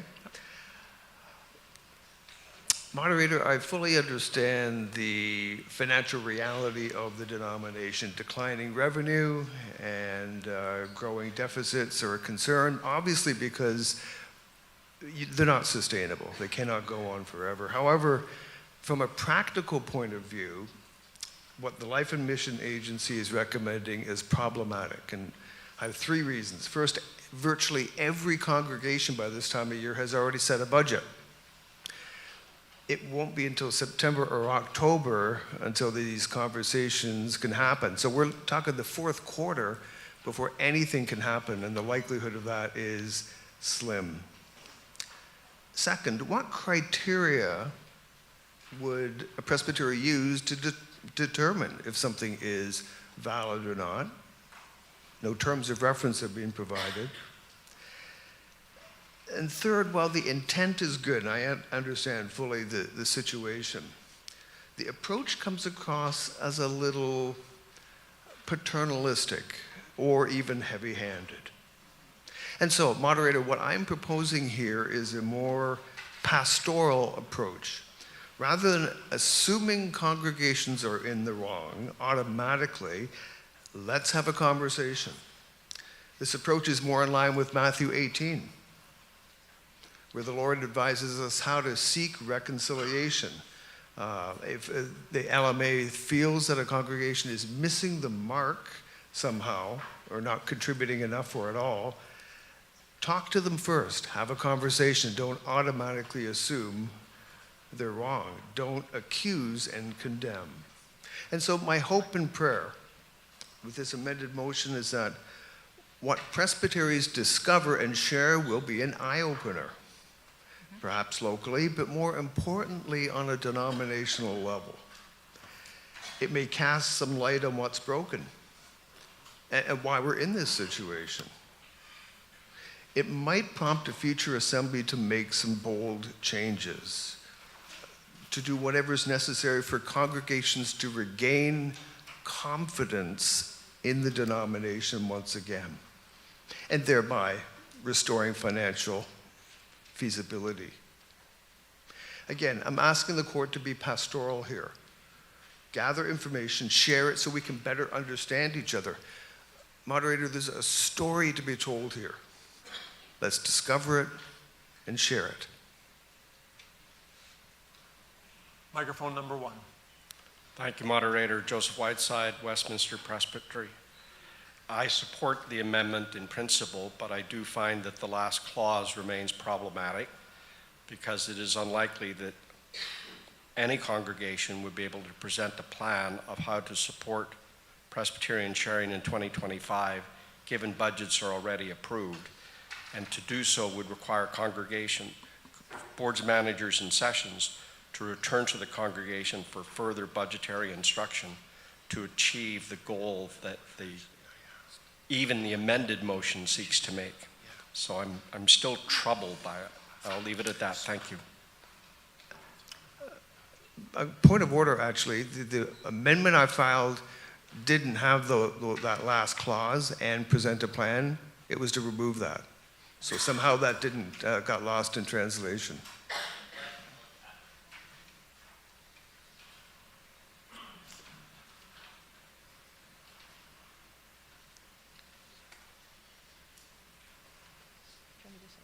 So we're just going to wait for that to be updated.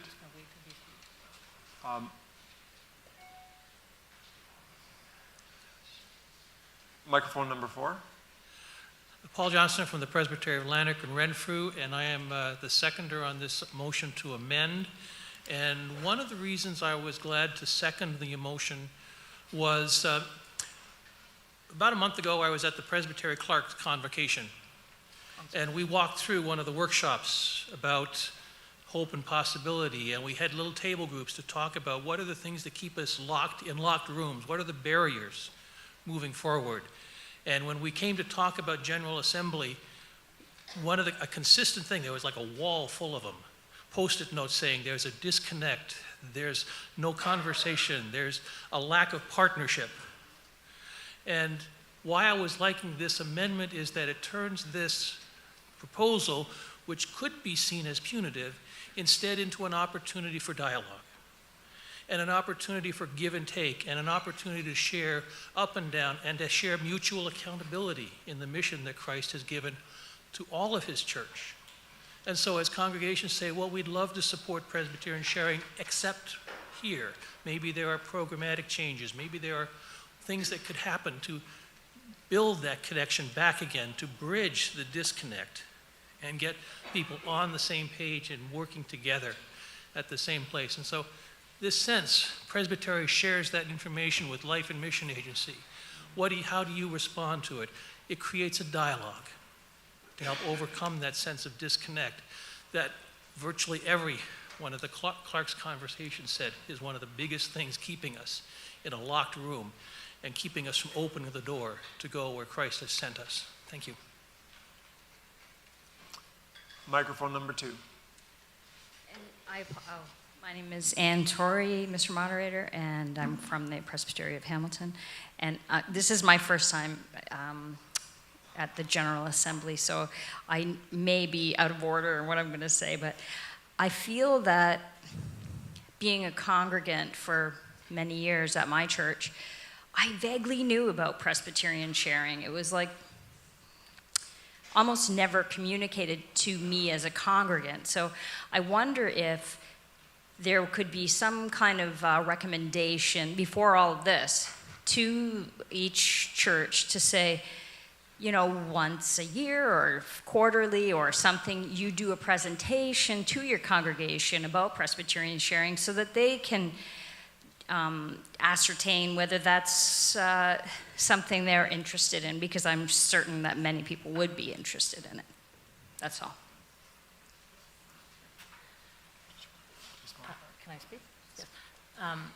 There are many resources that are available on the Presbyterian Church in Canada's website, and also one Sunday out of the year is designated Presbyterian Sharing Sunday, and there are resources provided to be used by congregations, even in congregations without a settled minister that the elders would be able to lead, etc. So there are numerous and creative ways, even though it is June, that there are still many months left in the year.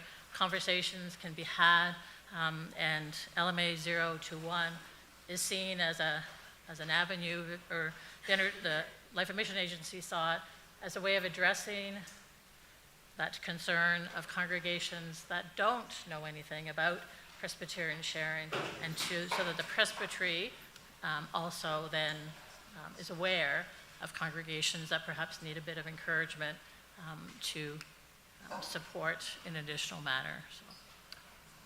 Microphone number 3. Ed Charlton, Presbytery of Seaway Glengarry. I appreciate the amendment here. I again echo, as previous speakers have mentioned, that it creates an opportunity for congregations and presbyteries to communicate with the LMA about how the Spirit is leading them in missions, and how they are also, it's an encouragement to reach out to the wider community, or even communities around the country or the world. So it just creates that dialogue of a fuller understanding of how the Spirit is leading us. Thank you, Moderator. Microphone number 4. Barb Fotheringham, Presbytery of Pictou. I speak in favor of this amendment. I have a bookkeeping background, so everybody always looks to me when I'm interim moderator, and I've been interim moderator many times, about this kind of stuff.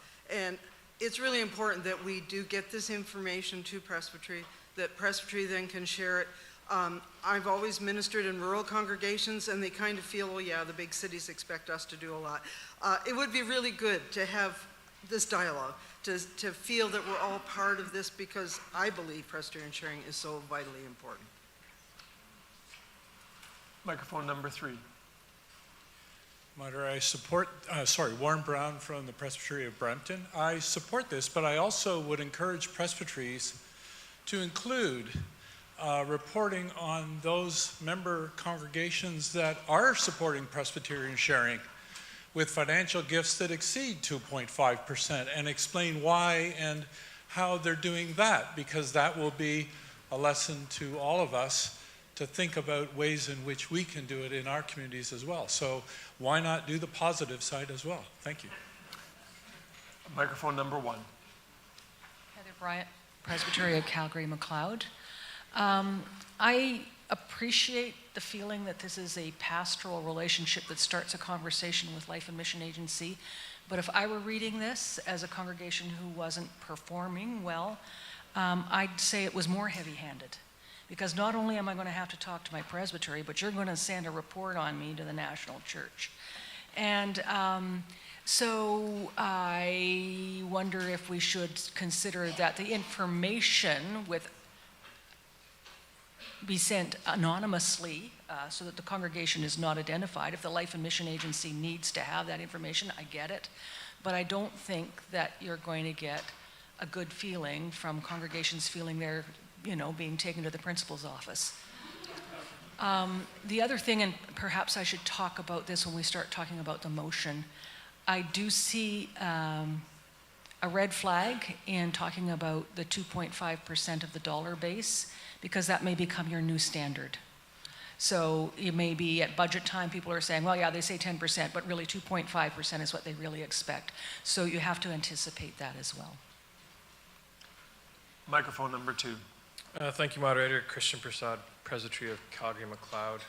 I'll speak against the amendment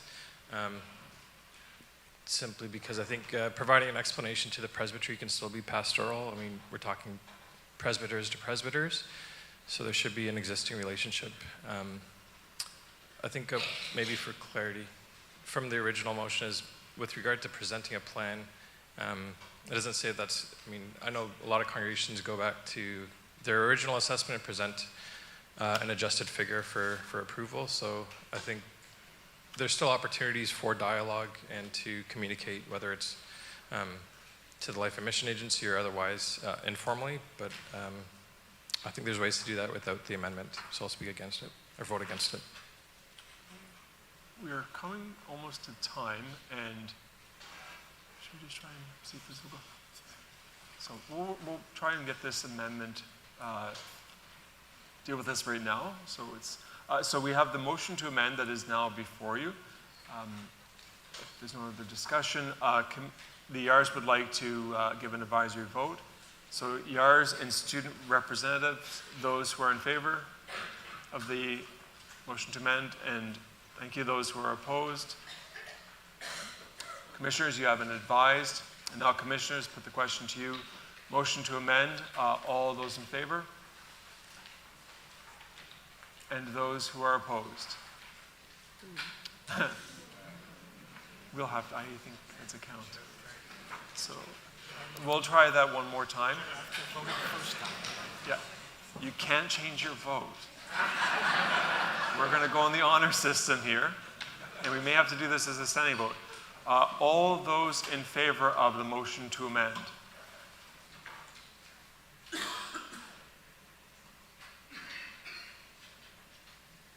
Those opposed? The motion to amend is adopted. So now we'll move to the motion as amended.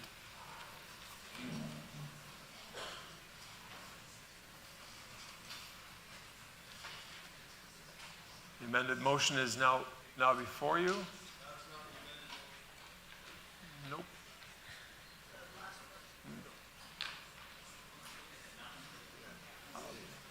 Nope, but the findings to the 2026.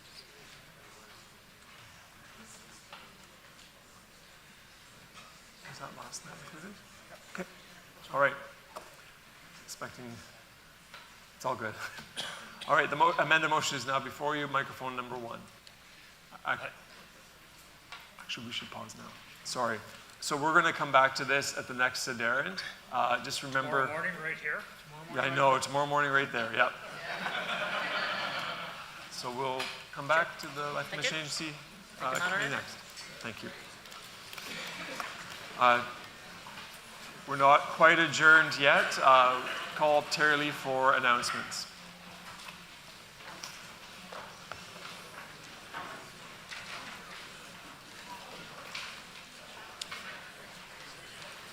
Thank you, Commissioners.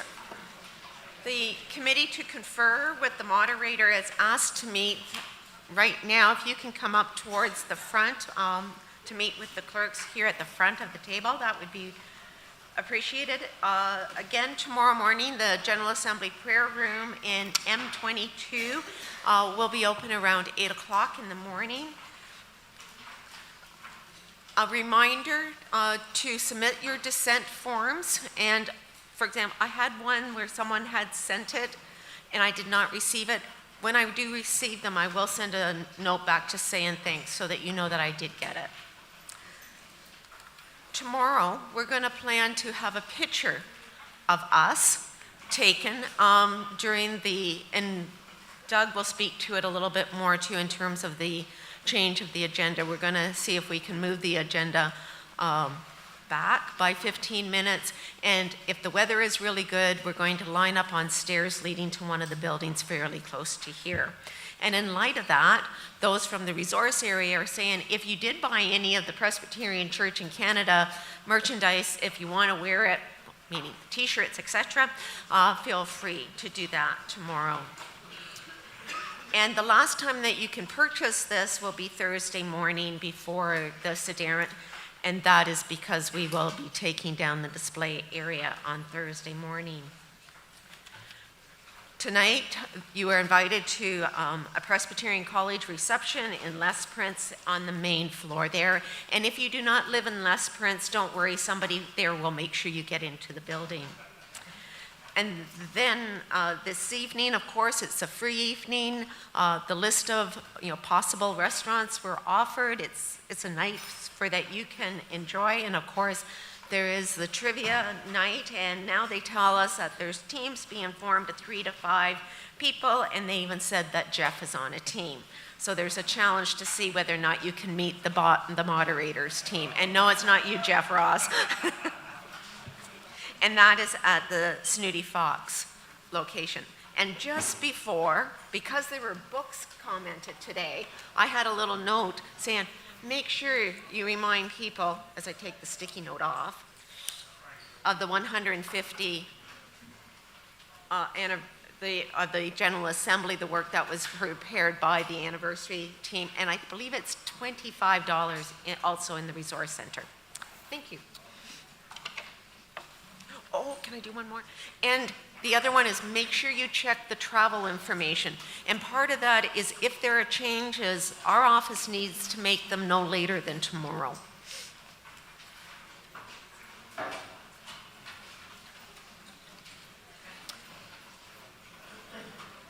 The Assembly is adjourned to meet again in the Peter George Learning Centre, room 127 of McMaster University, Hamilton, Ontario, on Wednesday, the 4th day of June, 2025 at 8:30 in the morning. I invite us to a time of prayer.